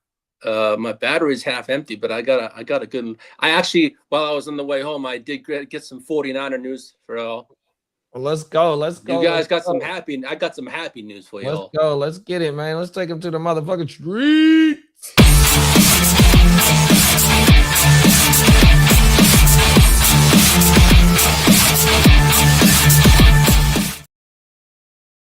Oh well, I know I usually give you a countdown on the schedule release, but the league now has postponed that schedule release a week out now, so it's going to be towards the 18th to the 23rd now. Oh, I don't know what. Yeah, so who knows what's going on with that. You on mute, Bogey? Hold on, Bogey want to say something on that. Can't hear you, Bo. Yeah, I still can't hear him. You may have to go out and come in back in. Try it again, Bo. Nope. Yeah, because I've been seeing the commercials where they've been saying the schedule release, but they don't got no specific date. They didn't even say the dates that you just said. It just says a gentleman from the league came out and said they're still working on stuff, and it's going to be like between the 18th and the 23rd. Yeah, because them motherfuckers is going all the way to fucking Australia, bruh. They going a whole nother motherfucking day, a half a day away, bro. This is 16 fucking hour time difference, man. What the fuck? And it gotta be the Niners that gotta go, bro. 100%. But hey, remember when they named us as the team that was gonna play in Australia? I was like, for sure, it's gonna be the first game of the year. Yeah, for sure, it gotta be. That's too motherfucking far to go already beat up. And then hold on, we got. And you know what's dope? This is how ill we are. Fuck the Super Bowl champs. We start off the Thursday traditionally. Y'all gonna be to the point that they're making this Seahawks game on the Wednesday. Yeah, you're gonna still play the first game of the year, but see, ain't nobody gives a fuck about y'all. I'm dead ass. And we gotta go to Mexico. And we gotta go to Mexico this year. Let's go. We're going. Hey, we international like JD League, bro. That's cold, bro. We going to the 2 different countries this year, bro. Oh my mama. International. We be so international. You know what I'm talking about? I think that's Too Short and Bila. Oh yeah. I be so international. We switched to Sleeper 4 years ago for fantasy football, and my bro-in-law says he was pissed because of Yahoo trophies. They don't. That's why they not switching the AOB because of the Yahoo shit. Yeah. They ain't never go to I'm gonna let y'all know something. There's a guy right now. I'm not gonna say the name. I think I know who it is. And he is gonna fix that problem for all of us. It's gonna be a thing that takes all your shit from every league that you're in, and then it shows you your ranking overall as a fantasy savage. Yeah. Whole world. You guys know who I'm talking about. Yeah, I think I do. And he actually, I'll just tell you this much. When he started like testing the product and he started running all our data, he ran Kidda's data, and Kidda has a 64% win percentage. That's incredible because I think no one's like averaging 50. Come on like now. That. Shout out to whatever Gang it was. Green. It was incredible. He's like, respect on the Catman, man. Look at it. He's like, come on now. Granted, it's based on the leagues that he's in with him, because you know what I'm saying. But now the next level of this app that we're gonna have available soon, it'll pull all your shit from Yahoo, ESPN, everything. Like, here's your win-loss totals, bro. You know what I mean? Oh wow. Oh, now. And here's your ranking overall. There's other things that exist like this, and they're all niche crowds. So it's not like I could just say this and be like, oh, someone's going to steal our idea. It already exists, but everyone else sucks. You know what I mean? Yeah. That's Watch my what we thing do. right there, man, on my mama. You know what I mean? It's the type of product you dropping out because, you know what I mean, 100%. That's just like, you know what I mean, with this green gold. Everybody got green gold. It's just the one that if you got the right motherfucking batch, 100%. Right? Oh, my mama. Hey, somebody can have a bad batch. Yeah. Well, Steelers wide receiver DK Metcalf will not face any criminal charges stemming from that altercation with the Lions fan last season. He's a Sagittarius. That's what we'll do. We will just not take bullshit. Ever. Yeah. JD, you want to hit me that injury drop, please? I got you, bro. The injuries.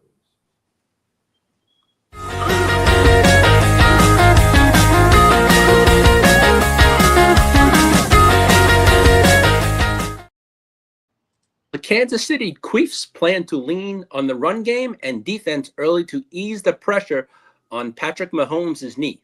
And Mahomes is on track to participate in OTAs. I think they're talking. I think this morning I saw they were talking about, before I left the house, they were talking about participation can be easily as just you're standing there like throwing the ball. You know what I mean? Yeah. So they're gonna ease him in. He's on track to be ready for week 1. Yep. Yes, sir. What did they didn't get nothing new on offense over there, huh? No, it was 4 minutes. But four guys on defense, and there was like one wide receiver. They tried to bolster their offensive line with one of their picks, I think. Yeah. If I remember, they took a guard, right? Somewhere. What they do at running back? They didn't. Emmett Johnson. They brought in Ken Walker in the There you go. offseason. Oh, that's That's it. so they didn't It draft was nobody. Emmett Johnson. Then they drafted the Johnson kid. Pause. Like 6th round or something. There goes Johnson hitting the hole. Whole world. That's how the commentator was sound. Squeezing in. Squeezing right in the hole, Johnson. Whole world. He's ramming it right up the gut. I'm not gonna say what I was gonna say. We were talking about football, man. I know we are. No, but I was gonna say Get your mind out of the gutter. First, get your mind out of the gutter. We were talking about football. I had to think first. I don't usually think before I speak. Yeah, fix that. I'm doing that. What else you got for us here? Well, the Dallas Cowboys signed Caleb Downs to a 4-year, $28.9 fully guaranteed contract. Wow. Fully guaranteed? Fully guaranteed, yep. Who is this? Caleb Downs. Oh, why'd you say the kid? I swear you said the Cowboys, bro. You said Dallas Cowboys. I said Dallas Cowboys. Caleb Downs signed a 4-year. Oh, that's right. They did draft Caleb Downs. Wow, I'm tripping. Damn, they give him a full. I guess it's not so bad. $30 million divided by 5 years if they don't decide to extend him. You know, here's my gripe about that though. It's like when you get all right. His agent got him a good deal. Watch when this kid balls out in 2 years. He's gonna be demanding a new deal. You know what I mean? For sure. As for veteran quarterback Tyrod Taylor, he was signed by the Green Bay Packers. yeah, they need to He's back probably up going to work his forward. way up to be the actual backup too. Yeah. Well, who else is over there? I had a blood Yeah. on Oh, that. that's right. They don't really have anyone there. No, they Yeah. released the guy that who was it they had over there? He came from the Saints. Olsen? Oh God, He's he came- expected to be the Olsen? backup as of now. I don't know why I was thinking of Tolzien. That was like 10 years ago. My bad. I'm trying to think. Willis. Yeah, who was the backup last year, bro? Oh, Malik Willis. That's Malik Willis. right. Trying to think who they released. They released the quarterback, Jake something Hain or something. They released someone Yeah, to make room on the roster for him. Yeah, he was on New Orleans a few years ago. Yeah. Let's see. As for the 49er is Kyle Van Noy wants to play for the 49ers. He wants to join his brother. He said he called him his brother. It was Fred Warner. That's who he wants to sign with the 49ers. Now, as for your 49ers, JD and Kyle Brady, Van Noy's a good luck charm. yeah. The 49ers need Super Bowl winning Kyle Van Noy. now, on. as for the San Francisco 49ers, I want Kyle Van Noy. the Bang Bang Niner Gang, they have a total of $67 million in cap, leading the league. Let's go. That's the news. Huh? Let's go. Yeah, That's the good news you're talking about. I'll get to it. As for the Ravens, they're expected to sign quarterback Kyler Thompson. The Browns hired former Jaguars Trent Baalke as a consultant. The Browns did that? Yes, sir. Damn, they're dumb. Yeah, he used to work for us. Yeah. Trent Baalke is bad. He was good before. You know what's crazy is when the game evolves and you don't change, then you're going to look bad. Yeah. Well, we know Peacock mentioned the Ravens signed Diego Piavia to a 3-year deal. His deal is no bonuses and no guarantees. It's just basically a tryout to see how good you are. Who's that, the safety? No, the quarterback from that was I don't know. Diego What the fuck I'm talking Pavia, the one that was the Heisman finalist. about. Yeah, okay. Short stuff. The guy with no agent. Yeah, exactly. Oh, I know exactly what you're talking about. The short kid. He's an Aztec warrior. Yeah. Now, as for the Rams, they declined Because they're short, you know? Yeah. The Rams declined Emmanuel Forbes' 5th-year option. The Chiefs declined Felix Anukia Azuma's 5th-year option. They drafted him in the first round. I forgot about that. Aztec. Yeah, sorry. Yeah. And the Chiefs, the Giants declined Deontay Banks' 5th-year option. What else we got? As for David Njoku, he's visiting the Chargers today to see what goes on there. I haven't seen anything there. That would be badass. Yeah, it would be nice. Because and I think that would actually hurt someone like Ladd for real, because all the shorter shit, like, you know, Mike McDaniels, we've seen him do it with whatever tight end he got. You know what I mean? Remember before Jonnu, he had like 3 tight ends.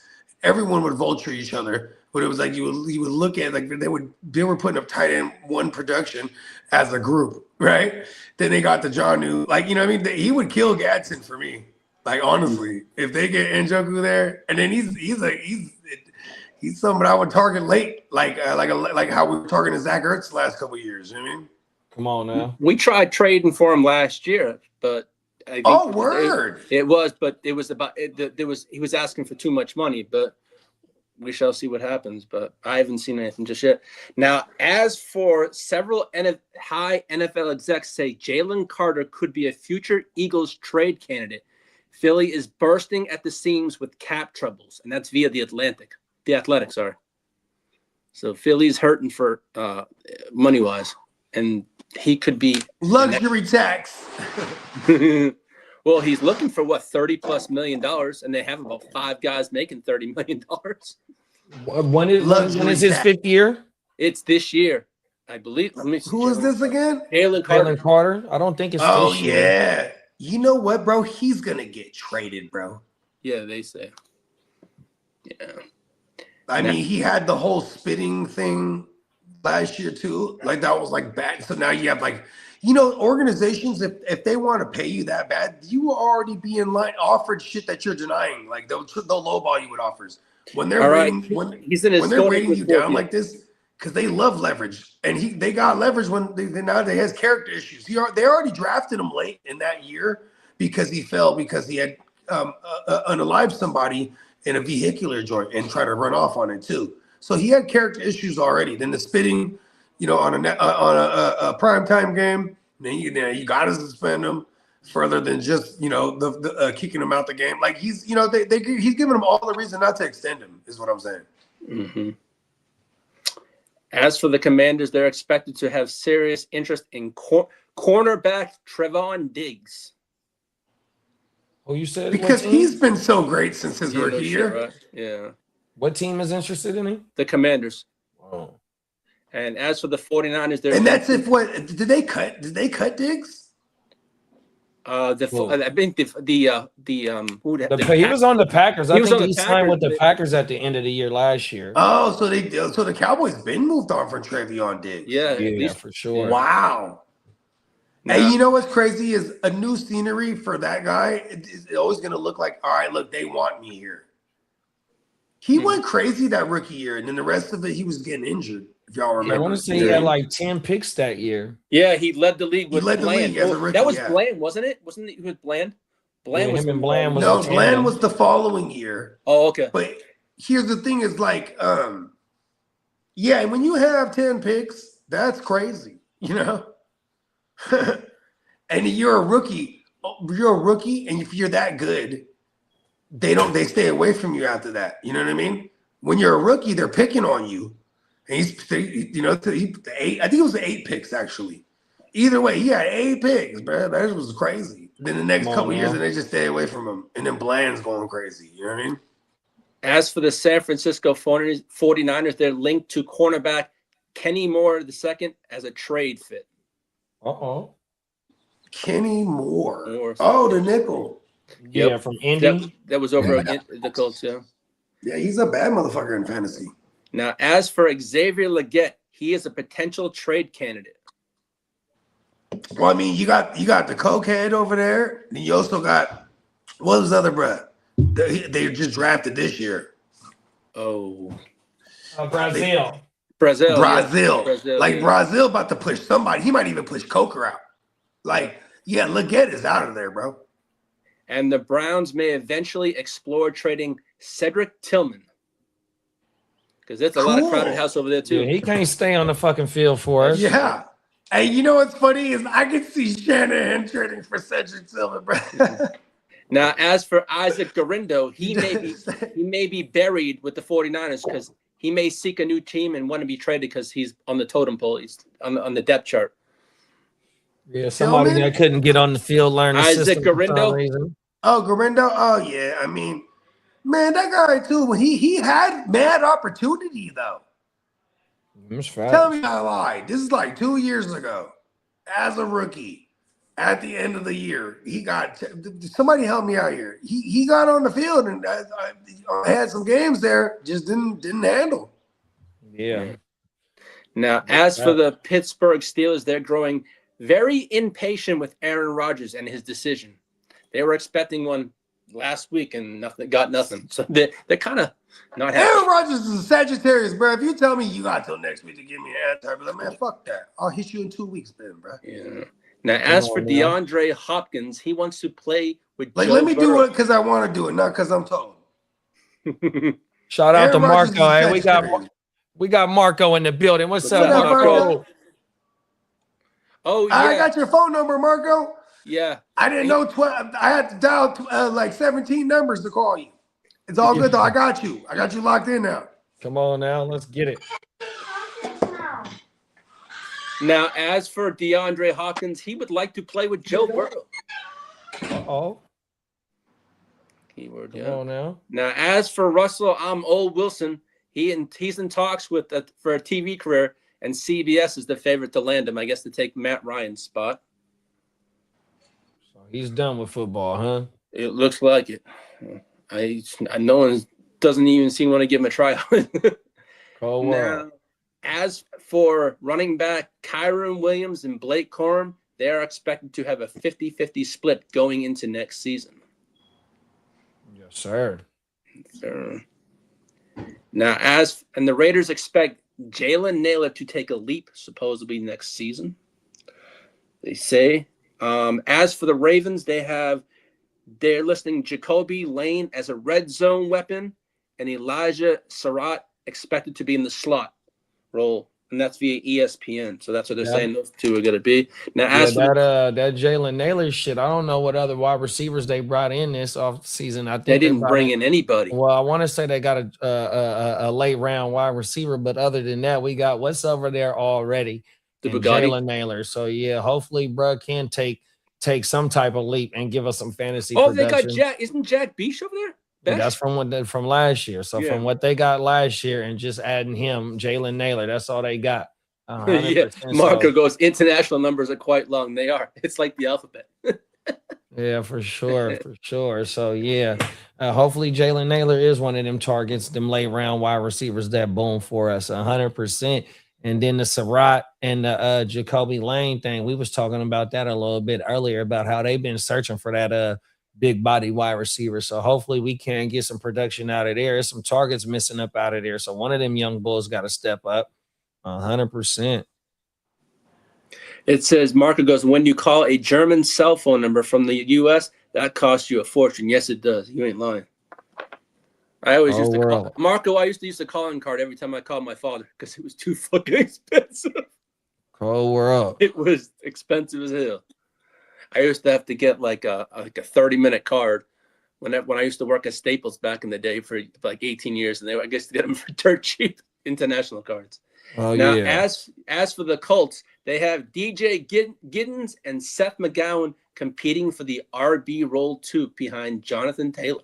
Yeah, that's Seth McGowan. He been falling late in these dynasty drafts, bro. He got a nice little shot at being a RB2, bro. They said he was kind of nice, but he had a little trouble off the field, so he bounced around from schools or some shit like that. Now, as for the Lions, Khalif Raymond, he's expected to be the wide receiver 3 over with the Lions. Wiz Khalifa Raymond is supposed to be the WR3. No Tessa la. Nope, they have Tessa la gonna beat. They have Khalif Raymond. Yeah, Wiz Khalifa Raymond finna get beat out by Tessa la. Every time they threw the Tessa la, that motherfucker was catching TDs. Even though he only had about 3 or 4 of them motherfuckers, but that motherfucker was catching TDs when they was looking for him. Jared Goff. As for the Cleveland Browns, they expect Jerry Jeudy to have a bounce back year and to be that wide receiver 1 again. Man, with drafting 2 wide receivers this year, they put that motherfucker up on the block. Yeah, I can see that. Now, as for the Jaguars, they have tight end Nate Burkhardt could boost their run efficiency, and that's via Sports Illustrated. I don't know if I said that. It's Burkhardt. Say that again. Jaguars tight end Nate Burkhardt. Some shit could boost the run efficiency, and that was via Sports Illustrated. Now, as for the 49ers, their rookie Dejon Stripling, they don't expect him to start much at all. He's basically going to learn this year, they're saying. So he won't see the field too much this year. Yeah, he's buried on the depth chart as of right now, because everybody's healthy on the depth chart. But you know how that shit is in San Francisco. Them motherfuckers be dropping like flies. So as of right now, young bull get to kick back. But shit, man. Hopefully don't nobody drop no fly, and he's thrust in there. Pause. Yeah, well, as for the Tennessee Titans, they're going to be easing rookies into minicamp to prevent injuries.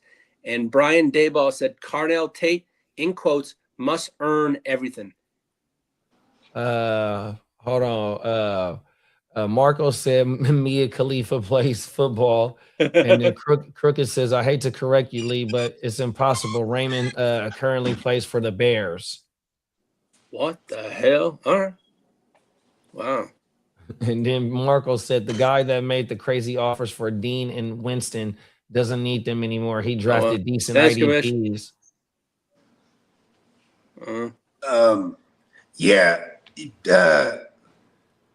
If the person that has Dart is probably the only one who should be interested in a Winston. Facts. Now, as for Cardinals head coach Mike LaFleur, he said, as for the sitting quarterback Carson Beck this year wouldn't be a bad idea. Say that one more time, big bro. He went full East Coast. He said idea. No, you know what's crazy? If you go said East Coast, sitting, right? Sitting Carson like Beck. the word saw. Like the word saw, S-A-W. You go East Coast, they say saw. Saw. I saw it. Like they put the ah, like saw is saw, ah, right? They'll put the ER on the ah sounds, and then the things with a like idea, right? They'll put the ER on it. Cold world. Like idea. No, that's East Coast as fuck. When I was in the East Coast, like, oh shit, I started, you motherfuckers in the hood were talking like that. Like, oh shit, that's crazy. You don't even, they don't notice they do that. So Carson Beck could sit a lot this year and basically learn from Jacoby or whatever happens. Now, as for the Chargers, they feel Brendan Thompson is his best comp is Tyreek Hill / Deshaun Jackson. Those are the best comps to have when you're an outside burner. You ain't lying there. Now, as for the Giants GM, he feels Malachi Fields equals a power forward at wide receiver. Whatever the fuck that. And as for Who Giants, said that? That's the Giants GM that's probably on his way out this week. Oh yeah, Field is it still Gettleman for real? Malachi Fields? No, the GM is it still Gettleman? Joe Sheehan? Schoen, if I'm saying his name right. Oh, Joe Schoen, yeah. Yeah. Yeah, that's right. Gettleman's been out there for a couple years. Hey, Joe Schoen's about to be out there pretty soon too. Hey, you know what? You know what's fucking him up? His partner. There's something to do with his partner. He has something to do with the team too. Okay, Marco mentioned his trade. He said the guy that made the crazy offers for Dean and Winston. We already said that. Huh? We already said that, I think. The guy's not interested no more. Yeah, he said, I'd like to have Fields, but not for that price, especially when Mahomes is back. Justin Fields is just useless. See, that's the thing, too, is like, because the newest blurbs are talking about Mahomes about to be ready. I've been saying this consistently because I've been doing this consistently. Use the blurbs to your advantage. If there's a blurb, like, for example, if you felt like you had to move Fields, you got to just move him for whatever you can at that point before a blurb comes out talking about Mahomes is going to be ready for week 1. Because then it just don't matter if that person don't have Mahomes. You know what I mean? Matter of fact, I just bypass all that shit. I go straight to the Mahomes person. Here's Fields, bro. You know what I mean? Let me go get like a third or something. And that sounds crazy. You just work around it. Listen, I'm a trading motherfucker, bro. Hey, listen, it's nothing safe on my team. Yes, we're gonna make it better every time. If I feel like it's gonna make my team better, I'm gonna do that shit. Unless you're drunk on mushrooms and then Titans get you for a first round, and they're like, "Damn it, Titans, you got me! I didn't realize it was the first." Thanks. And then it's not till later. He's like, "We can switch it out," and I go, "Nah, bro. I'm gonna keep it 100, bro. I made the mistake. It's all good. I'm gonna live with it." Now, as for and he's like, "For real? That was in the Gen Sav. Did you see that, JD?" Oh, JD, yeah. Oh, go ahead. What's that, bro? I'm over here eating on some chips. Yeah. The stupid ass trade I accidentally made with Titans. First of all, I make an ill Bogart trade with Titans. Then he doubles back and then he's like, "Hey, you want Jalen Waddle?" I'm like, "Yeah." And I look at it from the outside. Oh, I saw that. So I just open up and take it. Pause. That sounded hella crazy. Anyways, you know when you look at it from the outside when you're on the sleeper, and boom, but there was more to it. But I just see 2 and I'm like, yeah, because I just got the 2. I'm thinking I'm ill. And then it did, boom. And then it wasn't until later when somebody hit me. I think it might have been my man Eastside. Shout out to Eastside. He was like, "Yeah, bro," because he's a Broncos fan. That's right. He's like, "Man, you paid her first for Waddle." I did what? He's like, "Yeah, and a 209. And what?" I was like, "Damn." It was like hella hours later. Well, Chiefs head coach Andy Reid said running back Emmett Johnson. I know, I don't slip like that. I usually catch it if I slip like that immediately. Come on now. It wasn't until late. I was celebrating. I was living life. It's all good. I was like, and not off the trade I just made, just period. I was doing some other shit. So it wasn't until later. I was like, and then Titans, he's good ass dude. He's like, "Man, I'm gonna swap it back." Man, you already done picked Bailey at the 209. I would have took K-Tron or something. I was like, it's the whole thing now. You know what I mean? Yeah. Chiefs head coach Andy Reid said running back Emmett Johnson has some LaShawn McCoy traits. Of course, because this motherfucker go chase every back that he's had before. That's why he hasn't been able to have a back who's just their own person. Think about that. Well, and read what you just said again. It says Andy Reid, via Andy Reid, Emmett Johnson has some LaShawn McCoy traits. Right? You know what he said about Clyde Edwards-Helaire? He reminds me of Westbrook. Is that his name? Y'all remember him? Oh, yeah, from the Eagles. Yeah, Westbrook. Brian Westbrook, yeah. Right there. Thank you. He's like, he's Westbrook all over again. Westbrook from the Thunder. Wah, wah.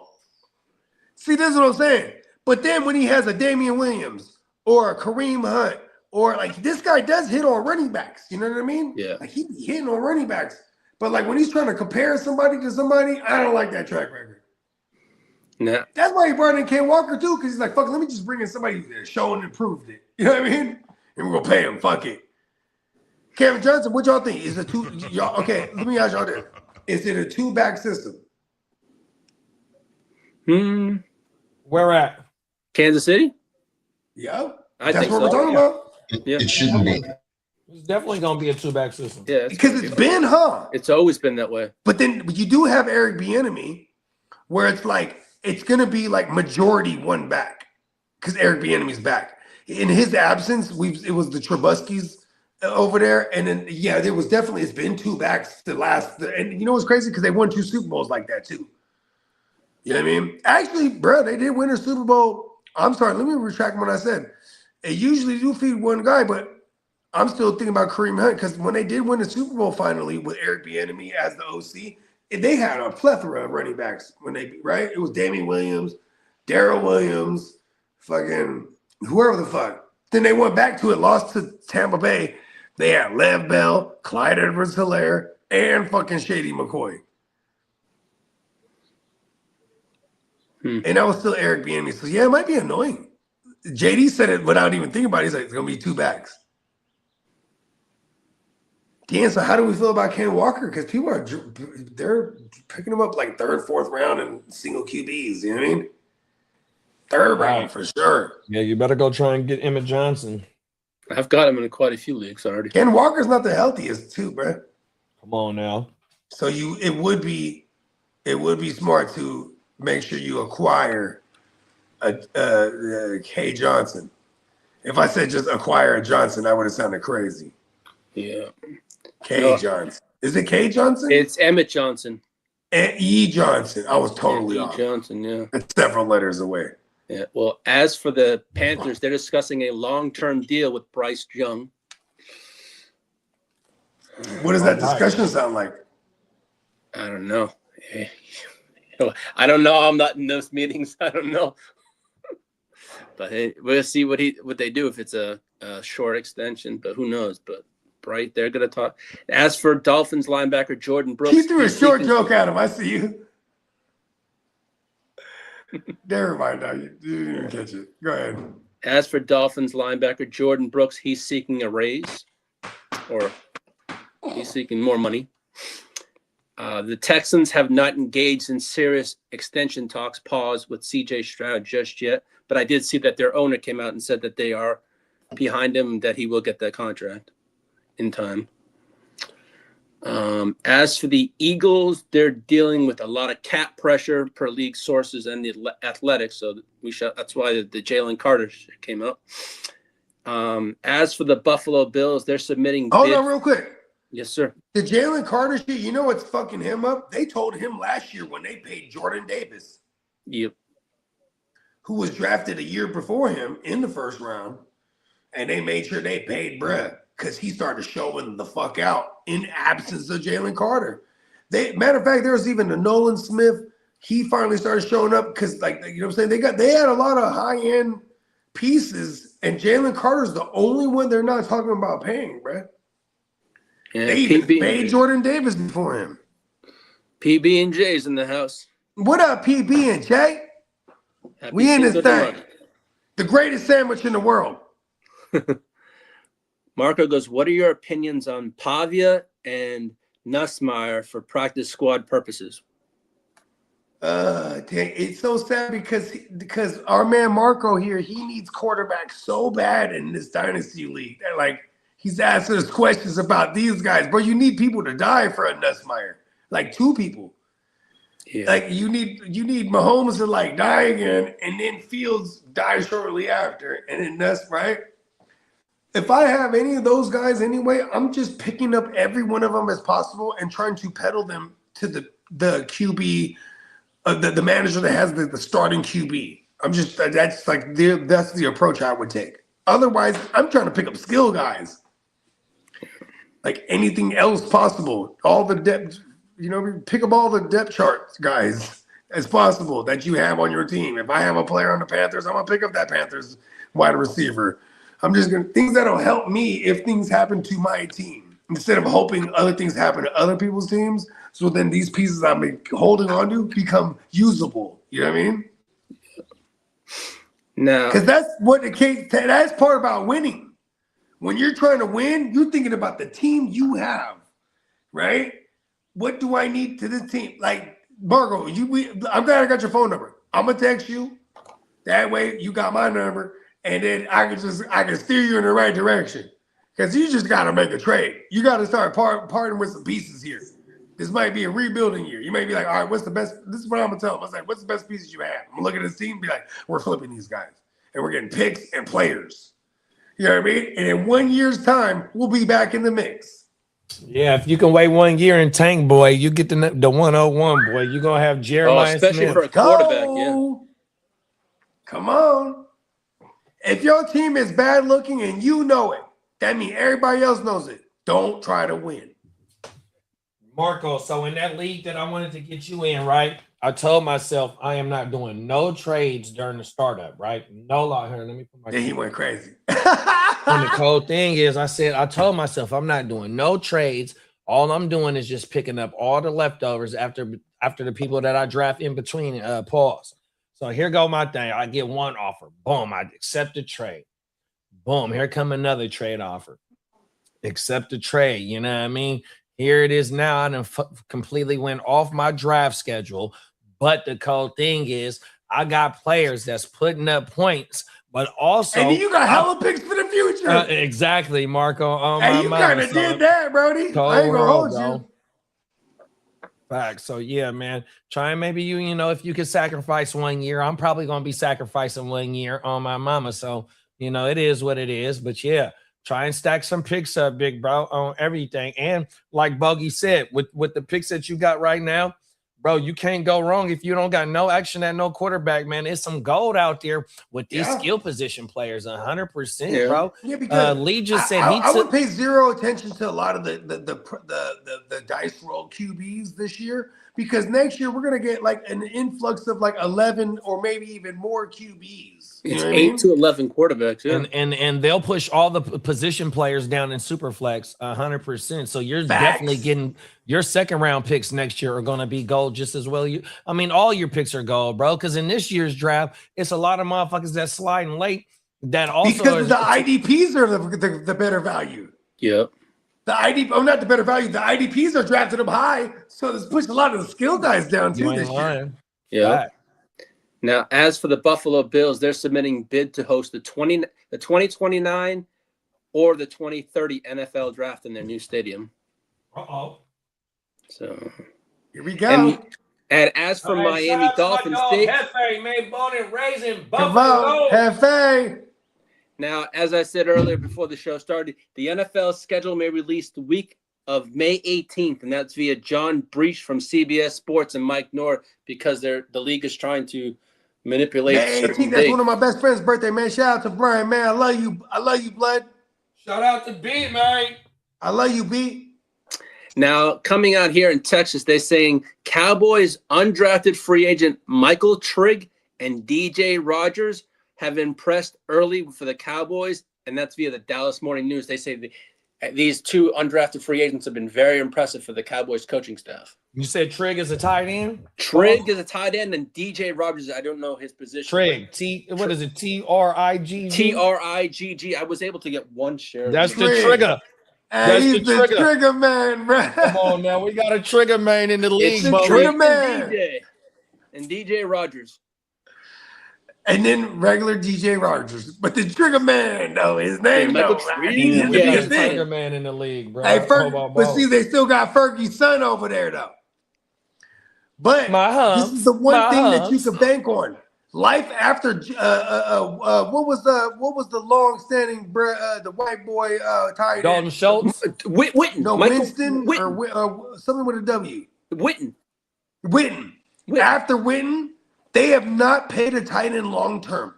They keep recycling them over. They go from, the Dalton Schultz to the Ferguson to the they had someone else even before Dalton Schultz. I can't remember who it was. They just keep moving on, right? So, you know what I mean? These guys become interesting. These are guys you pick up after the draft, too. After your rookie draft, these guys like triggering them. They're going to be floating around. Yeah, buddy. I went and got Dinkins. Oh, word? Dinkins, he went undrafted to us. He was a Penn State tight end. All he do is catch touchdowns. Let's go. Oh, my sounds like a new youth check. We're like, listen, you're a tight end, but we're going to have you doing all kind of other shit besides blocking. Didn't they have Blake Jerwin over there for a while? I don't know. There's some white boys. That's some white boys over there. It's a Jarwin. Jarwin, yeah. Jarwin. Yeah. Oh, there it is, Blake Jarwin. Jarwin. He went German on us. German. Blake German. Jarwin, sorry, my bad. Don't apologize to me. It's all good. Well, on that note, that's all I have for today. All right. The ear to the streets, ladies and gentlemen. Hit his drop. Somebody hit his drop.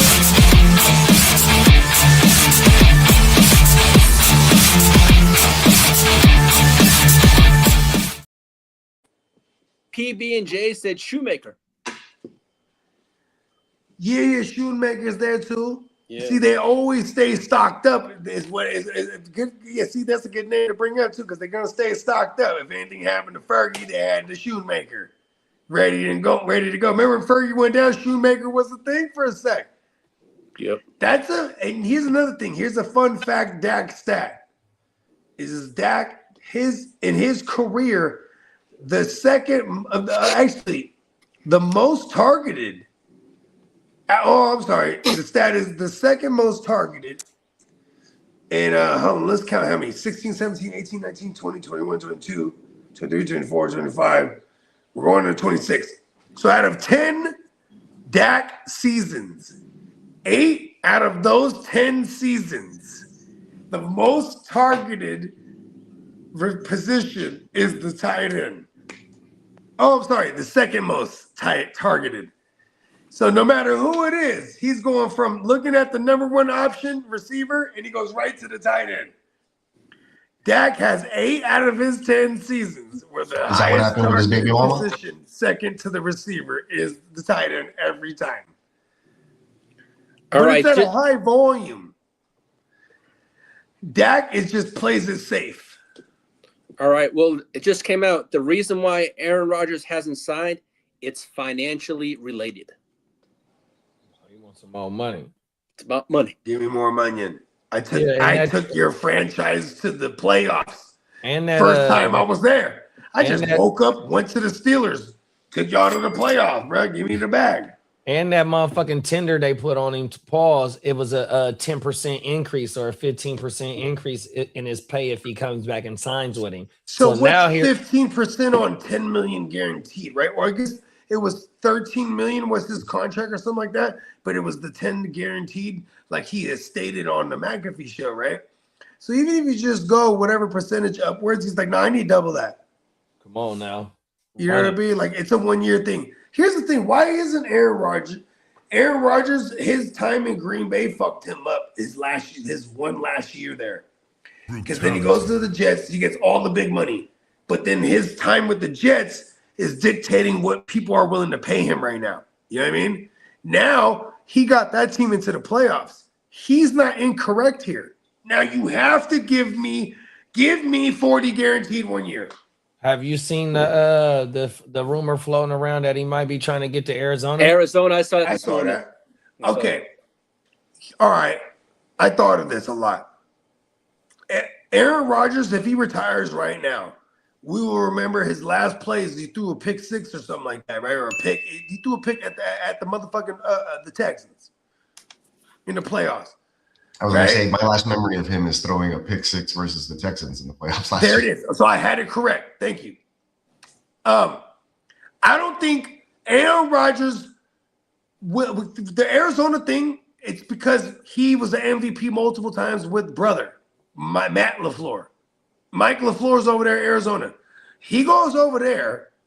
I just feel like Aaron Rodgers will never go there because he will refuse to be like, this is the last thing they thought of me as a Arizona Cardinal. He tried to do Brett Favre going to the Jets. Now you're going to try to do Kurt Warner? Is that what you're trying to do now, bro? I don't know. He's a Sagittarius, so I feel like he's going to carve his own path. Like the Steelers to me is still the most logical thing that Aaron Rodgers will do. He goes to the Cardinals. How bad is that team for real, Brad? That defense is like decent, no offensive line. Like this guy's not gonna go there, man. He's gonna go there and have to teach everyone. Cold world. At least with Mike McCarthy there with the Steelers now, it could be something he could just walk onto again. You know what I mean? Just the same way he walked on with Arthur Smith, like we said it last year. Remember that, JD? No, me and you did not falter. Like he's going to Steelers because systematically, who took over for Matt LaFleur in Tennessee after he left to Green Bay? It was Arthur Smith, and he just adopted the same system. So I knew it when Arthur Smith was there. I was like, Aaron Rodgers is going to go there. Damn. Netflix just gave Dave Portnoy 8 figures for 3 podcasts. Damn. That's wild. I don't even know who that is, bro. The guy that owns Barstool Sports. Oh, word. Yeah, that's a really cool documentary. Is it a podcast? That's cool. Yeah, they gave him this guy is amazing. Podcast. That guy is amazing. He revolutionized the content world. That guy is responsible for destroying ESPN at what it is now. ESPN had to rebuild the wholesales because they couldn't compete with Barstool. This is a fact.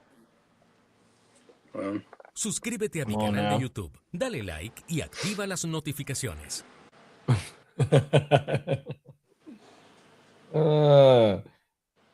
Marcus says I have another draft coming up in like 2 days, and I'm drafting at the 6th spot. Oh yeah, is it a super flex?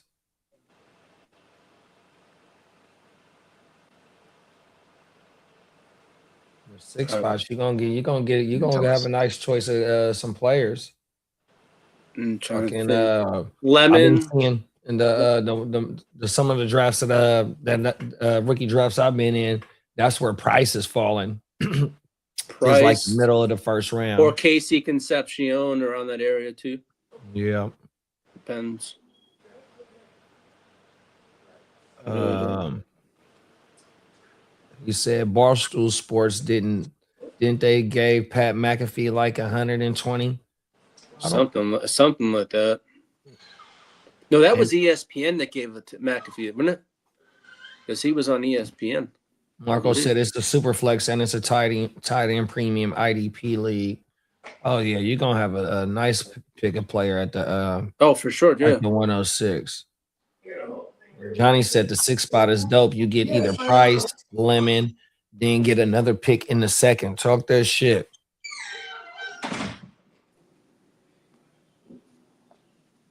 Yeah, that Sean Mannion offense should look a whole lot different in Philly, bro. Well, there's news coming out about Tucker Kraft. A lot of blurbs are coming out that he's going to be back early in the season. Oh, that's big. Green Bay offense need that. Yeah. So Brian Gutekunst said he expects Kraft back early in the season. Not a different time. Maybe week 4 or 5, they're saying. Oh, yeah.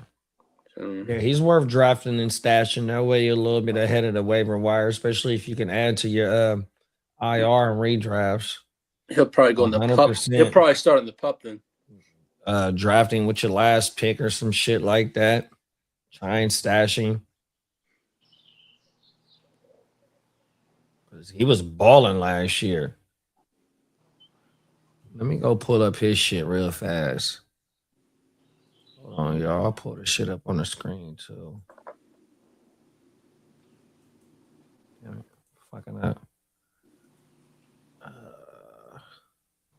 Here we go.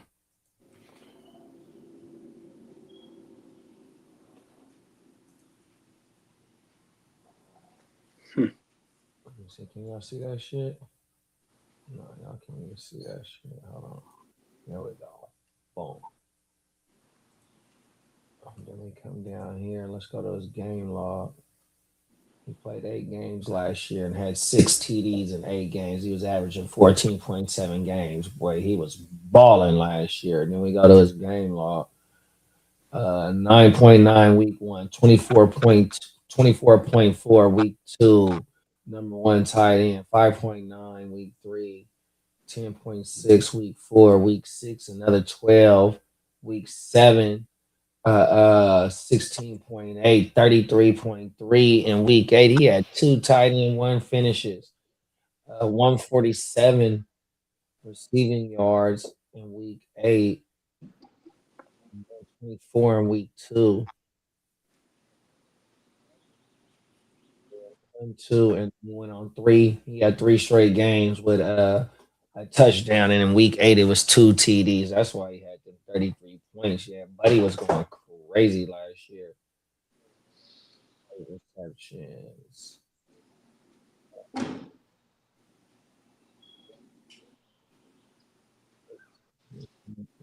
30, 32 receptions and 6 TDs, was it?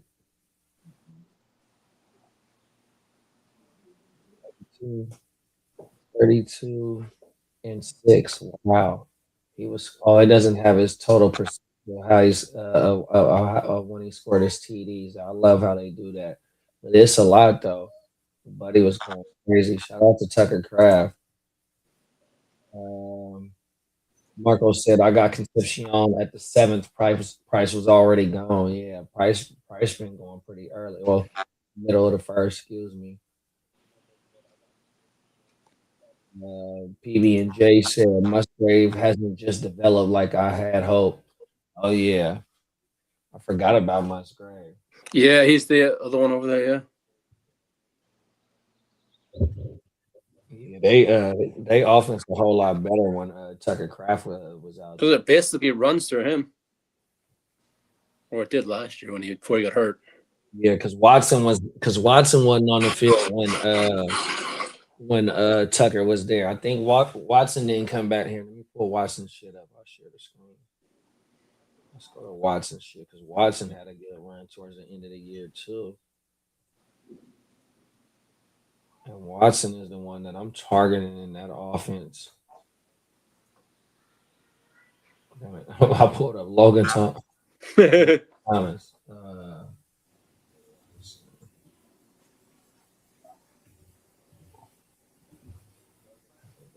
here, boom. Y'all see that shit? Yeah, y'all can see that shit. Okay. Boom. 10 games. Okay. 55, 35, and 6. 13.2. He was 15th at fantasy points per game at the position. Let's go to his game log. Hey, JD, it was good doing business with you in the gym. Come on now, likewise. So from week 8 to week 17, he had 1, 2, 3, 4, 5 double-digit fantasy point games when he came back, and he played 10 games. Watson was balling, dog. Cold world. 7 targets, 10 targets, 5, 1 in the red zone, 6 with 3 in the red zone. And see, that's another thing about Tucker Craft being gone. Tucker Craft, would he play 8 games? Yeah, I believe something like that. And it says Watson came back in week 8, so they weren't on the field. That's another thing. So that Green Bay offense, if they both can stay healthy, that Green Bay offense is going to be a damn good offense, and Jordan Love be a good late round super flex quarterback. I like that. And if you can get anything out of Jaden Reed or Matthew Golden, you know what I mean? You still got Josh Jacobs back there. Yeah, we need some good fantasy points out of our skilled players in Green Bay. Shout out to the Stay Packing podcast. My dog's over there at the Stay Tube Live family, man. 100%. Come on. Right. They ain't playing. Come on now. My bad. My allergies is acting up, y'all. Hey, look. I'm about to copy you a jar of some honey. Come on now. This logo shit. Everything. Love you, boy. I've been trying to thug this shit out. Yeah, I ain't seen the difference yet, but I've been taking a scoop. They said just take a teaspoon or a spoonful every day. Come on now. Right? Yeah, because then they say that when you get adjusted, then use good. And then if it ever happens again, go get another jar. Because then, because shit. Here's the thing. Is they even told me, it's like, well, you got to make sure it's from the local shit. And here's what's dope by AI. Take a picture of that motherfucker, bam. Then my girl's like, bum, it says it's the Elk Grove area. There it is. Locally sourced. The beef farm is right around the corner. Come on. Oh, everything. I need that thing. Come on now. Yeah, because that's what it would have to be too now that I think about it.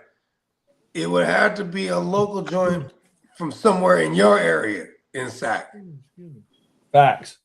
Yeah. Otherwise, you'll just be good in allergies when you come to Elk Grove to see me. Oh, my mama. Cold world. Damn, I can't think of what I forgot the name of these trees out here that be dropping that shit. That shit, when the wind get to kicking like it was at the end of last week, going into this week, that shit was blowing that shit everywhere. Everywhere. Everything. Is it the little white things? The little white woo-wops? Something like that, and then they be yellow like type. The white things. Yeah. I think the white things come from them. I think the white things come from them stinky trees. The trees that stink. Yeah, we call them the cum trees. Pause. Yeah, on my mama, facts. Facts. The net trees. Stink. On my mama. Them is fact. Them motherfuckers. That's what they smell like. Oh my mama, bro. We got those in San Jose too. They go crazy. They're everywhere. For real, and it's funny because it's just like it's disgusting. You know what I mean? Facts. They stink and it's motherfucking everywhere. Yeah, he ain't lying, y'all. Them is facts. Them motherfuckers smell terrible, dog. I'm glad you guys is better than us. You call them the stink trees. We call them the cum trees. On my mama. Pause. Come on now. It's Mother Nature, damn it. Them motherfuckers. That lets you know that spring is here because they some of the first shit that bloom. Yeah, and then they blow all over this motherfucker too. Facts. And they just everywhere than a bitch. Facts. Yeah, I know. And we're in May. You know what crazy? It rained yesterday. Oh, everything. I'm like, damn, this is May. I'm in the valley. That shit was coming down last night. It sure the fuck was. I was like, what is this? This is crazy. This is the world is something's different, bro.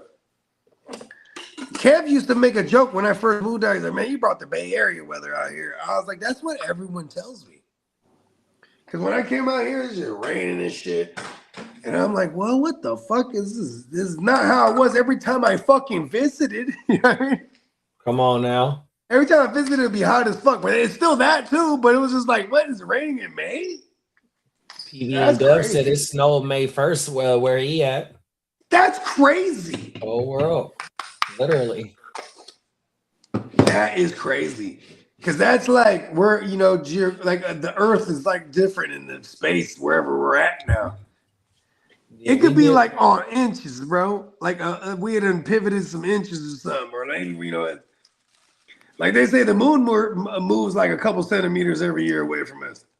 Our fucking second draft in Arizona, right? It was about 113, maybe 114 out there. Out here in Sac, that shit was like 115, 116 for that weekend. It was hotter in Sac than it was where we was in Arizona. That's crazy. What do they consider Sac? Dry heat? Yep. Wow. So it's even because obviously Arizona, Nevada, that's where you're gonna get dry heat. There's little less humidity is what I'm saying. Facts. Right? Yeah, because where I'm from inland in the Bay, the South Bay, inland. So like my dad used to always flex how dope it is being in the inland. He said like this, he said, if there's ever a typhoon, Jay, the Santa Cruz Mountains will protect us. If there's ever, he said, it won't get too hot, it won't get too cold because of where we're at. But he said, if there's ever an earthquake, though, we're fucked. You know what I mean? Because we're right on the San Andreas, like all of us, this motherfucker. You know what So I mean? when this shit happened in 89, what part of Santa did it fuck anything up? I'm in the east side, bro. I remember my older sister, she's 9 years older than me. So in 1989, that makes me 5 years old. Yeah, no, I was about to turn 5 because this happened in October. I'm in October, yep. I hella remember my sister running us out and we're in a townhouse complex. And I just remember the ground, so we ran out. There's like a big old grass area and trees. She ran us out because that's how they taught you back in the days. Stand in a doorway or run under a tree. Yep. Stupid people. Or get under your desk. That's how they taught us. Because we used to have earthquake drills at school. Because I was 8 years old or 9 years old when it happened. And so we used to have earthquake drills just like fire drills damn near every month at school. Facts. Us too. You used to have to buy the in the beginning of the year, you pay $5 and then you'll have like an earthquake drill pack of food, right? Then at the end of the year, if you had no earthquakes, you could eat that pack. It was cool. It was like a cool thing. They didn't have that when I was in school. Oh my mom. Cold world. I was in the desert of the 90s now. Well, because look at life after 89 was different, bro. The roads were different. Like I grew up a skater. I remember skating on fucking the sidewalks and just remember the old sidewalks where it'd be like not just one line, it'd be like a split into 4. Like look at the sidewalk where you could play hopscotch and shit like that. Yeah. On my mouth. So they stopped doing that after 89 because every time you go you skating around, you gotta know the neighborhood because there'd be little blocks that's lifted to this area. The whole shit was fucked up everywhere. That shit was different. You know what I mean? You seen all the damage on everything from after the 89. We had new freeways and shit. Or new the little high-rise woo-wops. Remember that? Because them shits went down, B. It was the motherfucking the Giants and the A's. And you imagine that. You had 2 Bay Area teams in this motherfucking World Series, and it's a goddamn crazy earthquake. Right. Facts. Damn, I just thought of that part. PB and Dub said Ring on Fire or Ring of Fire. Yeah, the Ring of Fire. That's right. The San Andreas fault. All the different fault lines make a crazy woo-wopolis. Yeah, Marco but see, that's the thing too. And why is Cali so expensive then? Right. And Marco said life was much easier back in the 90s. It sure was. You know why too? Because nobody knew what you were doing. You get what I'm saying? Listen to the magnitude of this. When I was a kid in the 90s, I could just move elusive. No one knows what I'm doing or where I'm at unless you're with me. This is the 90s. Now, we live in a day and age, everybody and their mama is telegraphing every move they're doing. Cold world. Hey, look at me on Instagram. I'm doing this right now as we speak, right? I'm on YouTube right now. Hey, I'm on YouTube right now live. You know what it'd be federal? A motherfucker on live like we doing right now, but he got his meta glasses on going live. Right? He just in the world. That's us in Vegas, actually. A few times. He's on live going live with the metas going live. Hey, Bo's about to have a pair of metas in Vegas. You motherfucking right. The Chicago Bears have reached out to the Giants about Kevion Thibodeau. Uh-oh. Wow. PB and Dub said the Ring of Fire goes from Japan, Alaska coast down to LA. Cold world. Yeah, that's the whole Pacific woo-wop, bruh. Yeah, that's like them other countries. That's like them other countries though that be where them tsunamis. That's all that is an earthquake. But you know what I mean? Yeah, but it's happening in the ocean. That shit is crazy. And then you know what else they say? So it's just like this one little fish that you barely see. But if you see that motherfucker, or you start to see dead ones of that motherfucker, that means something like that is finna happen. It's an ugly ass fish that go hella far down. But if you see that bitch at top, if it's dead or if it's swimming around, that means it's something like that finna happen. Oh, shit. I've seen that before. Hey, I mean, this is kind of random, but I've been going down the rabbit hole, different animals, right? Like the motherfucking, bro, these falcons are crazy fast. You ever went down the rabbit hole to falcons? Mm-mm. Bro, these motherfuckers, look, I think his AKA is the missile falcon, right? This motherfucker's the fastest creature, fastest thing on the planet, natural. Oh, this motherfucker goes 240 miles an hour, bro. Damn. Oh, wow. He goes up hella high, and then, he flying, then he does one of these, and he just dives at the op. That's how he kills. Oh, wow. There's other bigger fuckers, too. Bigger falcons, they go like 180 and shit like that. This fucker goes 240. Oh, yeah. Crazy, he got that motherfucking LS7 in his motherfucking wings. He has like the LS10 or something, bro. Hey, look, my dad, motherfucker, man. CTSV, the first falcon first pushing 240. That's crazy. 240, Brody. You could probably find him on the short because I watched like a million. I believe it. I believe it on my mind. This motherfucker just.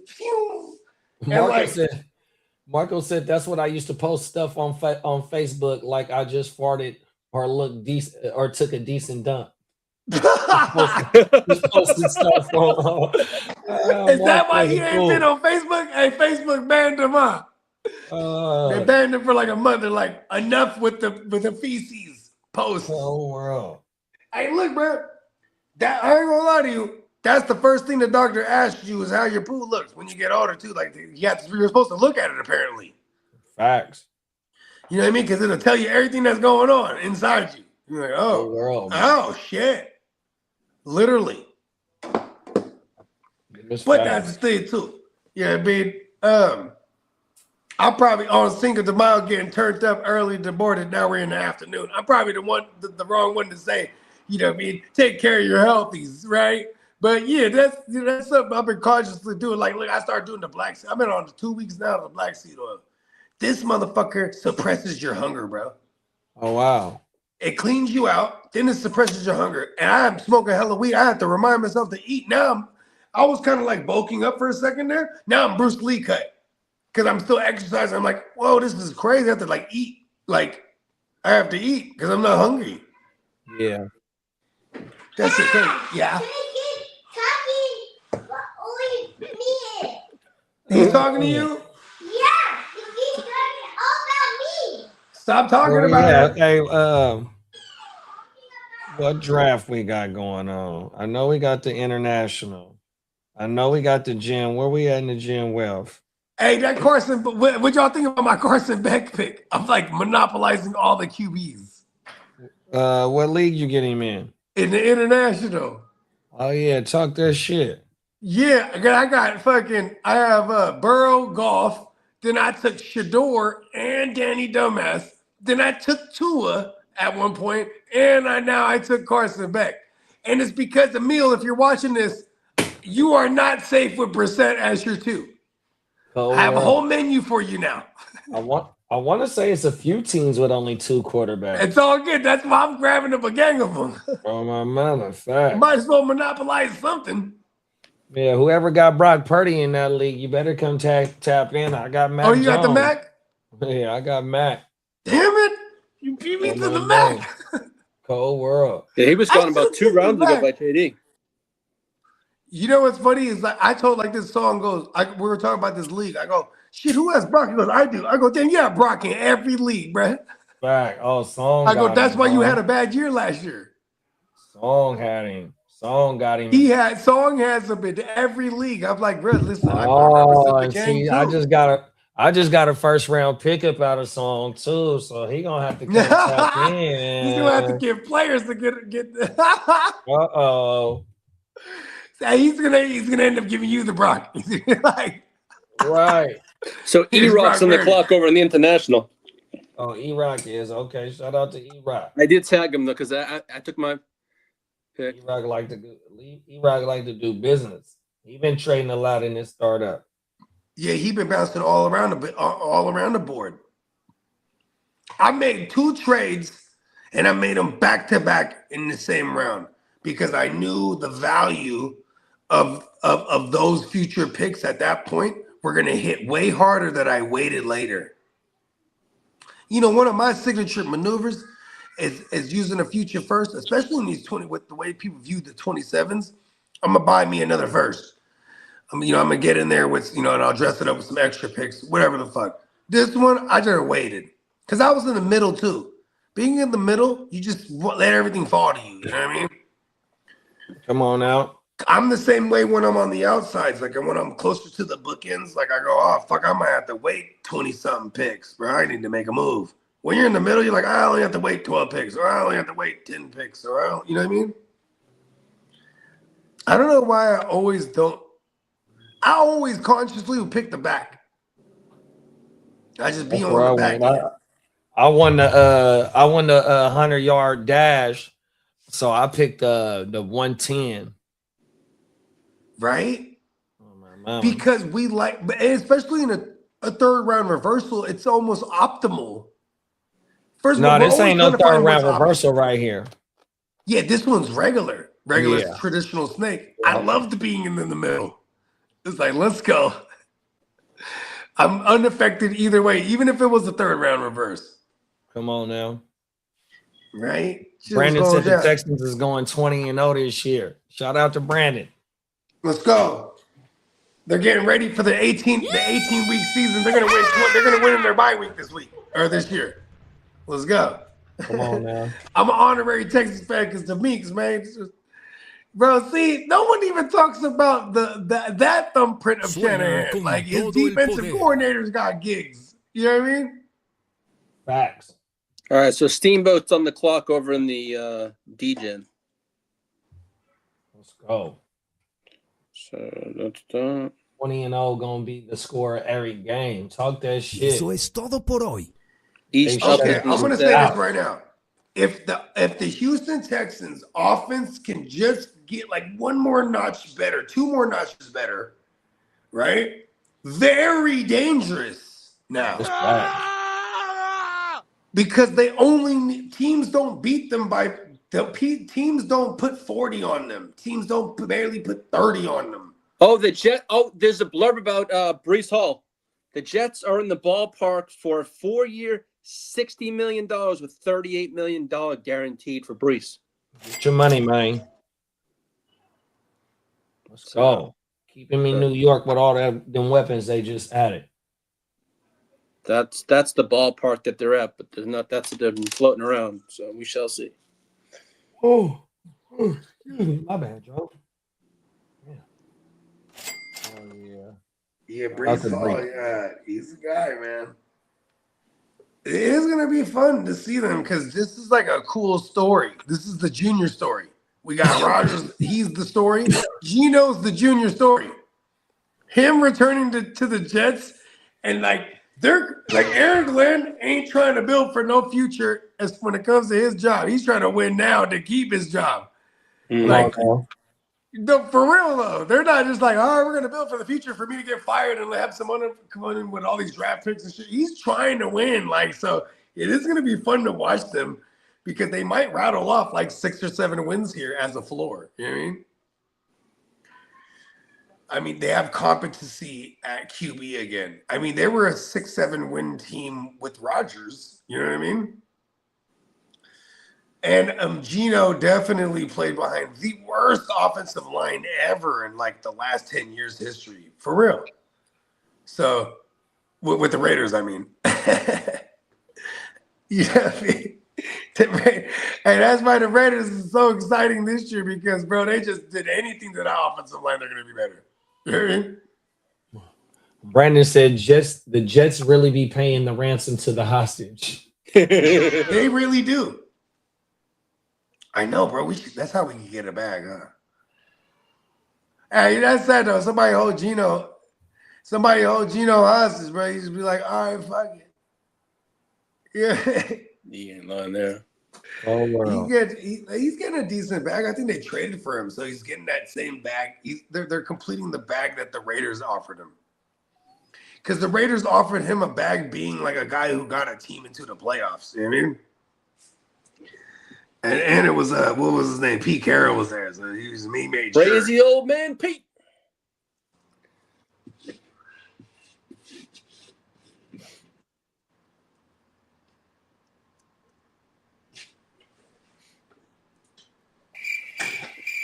Yeah.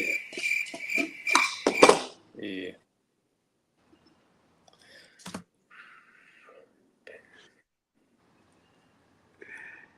Yeah, you know what? But shit, we can close this thing out. Yeah, you it's know what I mean?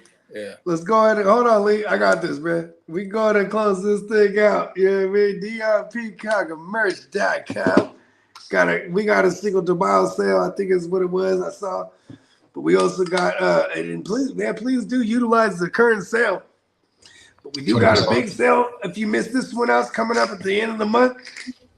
Should be up to 40% or 35% again off the entire site. Plus, not to mention $13 tees, if not $14 tees, which is just a hell of a deal. So you know what I mean? I'm definitely waiting for that because I'm gonna stock up again my damn self. You know what I mean? What's today? Tuesday? Yeah. Tuesday. Yeah, we'll be back Friday. You know what I mean? Wake your game up. You already know what time it is. Hell yeah. Let's go. I like it. I was right, Peacock? We got the sale today? Or there's a current 20% sale? off. 20% off. 20%? Oh, that's a whopper. 20% off right now. Use the code UNLOCK20 at checkout. That'll be good to the 7th. So for another 3 days. Let's go. There you go. Make sure you check out the draft party shirts, Vegas shirts. There's plenty of new Spurs gear up there. You guys are into that. A couple of draft things. What round is it in? The Spurs are in it right now, huh? I mean, like they're like second round. Last time. Oh. Yeah, it was a 2-point game. They took the 3 to win it, and it didn't go in. So living on the margins. I'm okay with that. What is this, game 3 now? Coming up? That was the first game. Oh, that was the first game? Oh. First game of the second series. It's crazy seeing the Spurs. Like, you know what I mean? Like, the Spurs are a name right now again. As they've always been, actually. But yeah, let's get up out of here. I was about to take us on another 10-minute fucking rabbit hole. Okay. Appreciate everybody. We'll catch you on the next one. See us again on Friday. Yeah.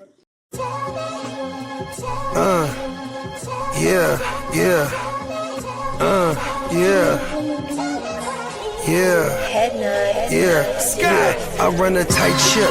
Loose lips sink ships. Run shit. Dripping like a runny faucet. Let that sink in. Table full of bosses at the meeting, double crosses, and we gon' have to toss you off the deep end, baller blockers. They tryna block my shine, solar eclipse. I'm a mobster and a doctor. I prescribe your daily fix. From the tech mecca, we lit, we see chips. Bench presser pumping this weight, the bees flip. Don't let the tech stretch you talking that shit, get green lit. Silly suckers tried to ride my wave, got seasick. How I'm living, counting this chicken, we out eating. AM to the PM every day, carpe diem. Yeah, I'll tell you about that money off top, boy, gotta feed somebody. Look, I don't know nothing except make more money. If you ain't got no money, then you ain't nobody. Money is a religion, righteous cause for sinning. Riding for the cause, we've been down from the beginning. 100 miles are running, all your mouths are running. If you ain't talking money, then you ain't saying nothing. Yeah, we finna ball like recess. Stash bands in the wall and the heat vents. vacuum sealed so the smell don't seep in. I represent the underworld, this ain't no secret. Stay 10 toes down, both feet pressed. Duck the alphabet boys, cover up my feet prints. They know my name, I'm heavy in this game, knee deep in this thing. I ain't just get my feet wet. We way fresher, so they got vendetta, so we keep stick with us, leave you with a leaky defense. How I'm living, counting this chicken, we out in AM to the PM every day, carpe diem. Yeah, I'll tell you about that money off top, boy, gotta feed somebody. Look, I don't know nothing except make more money. If you ain't got no money, then you ain't nobody.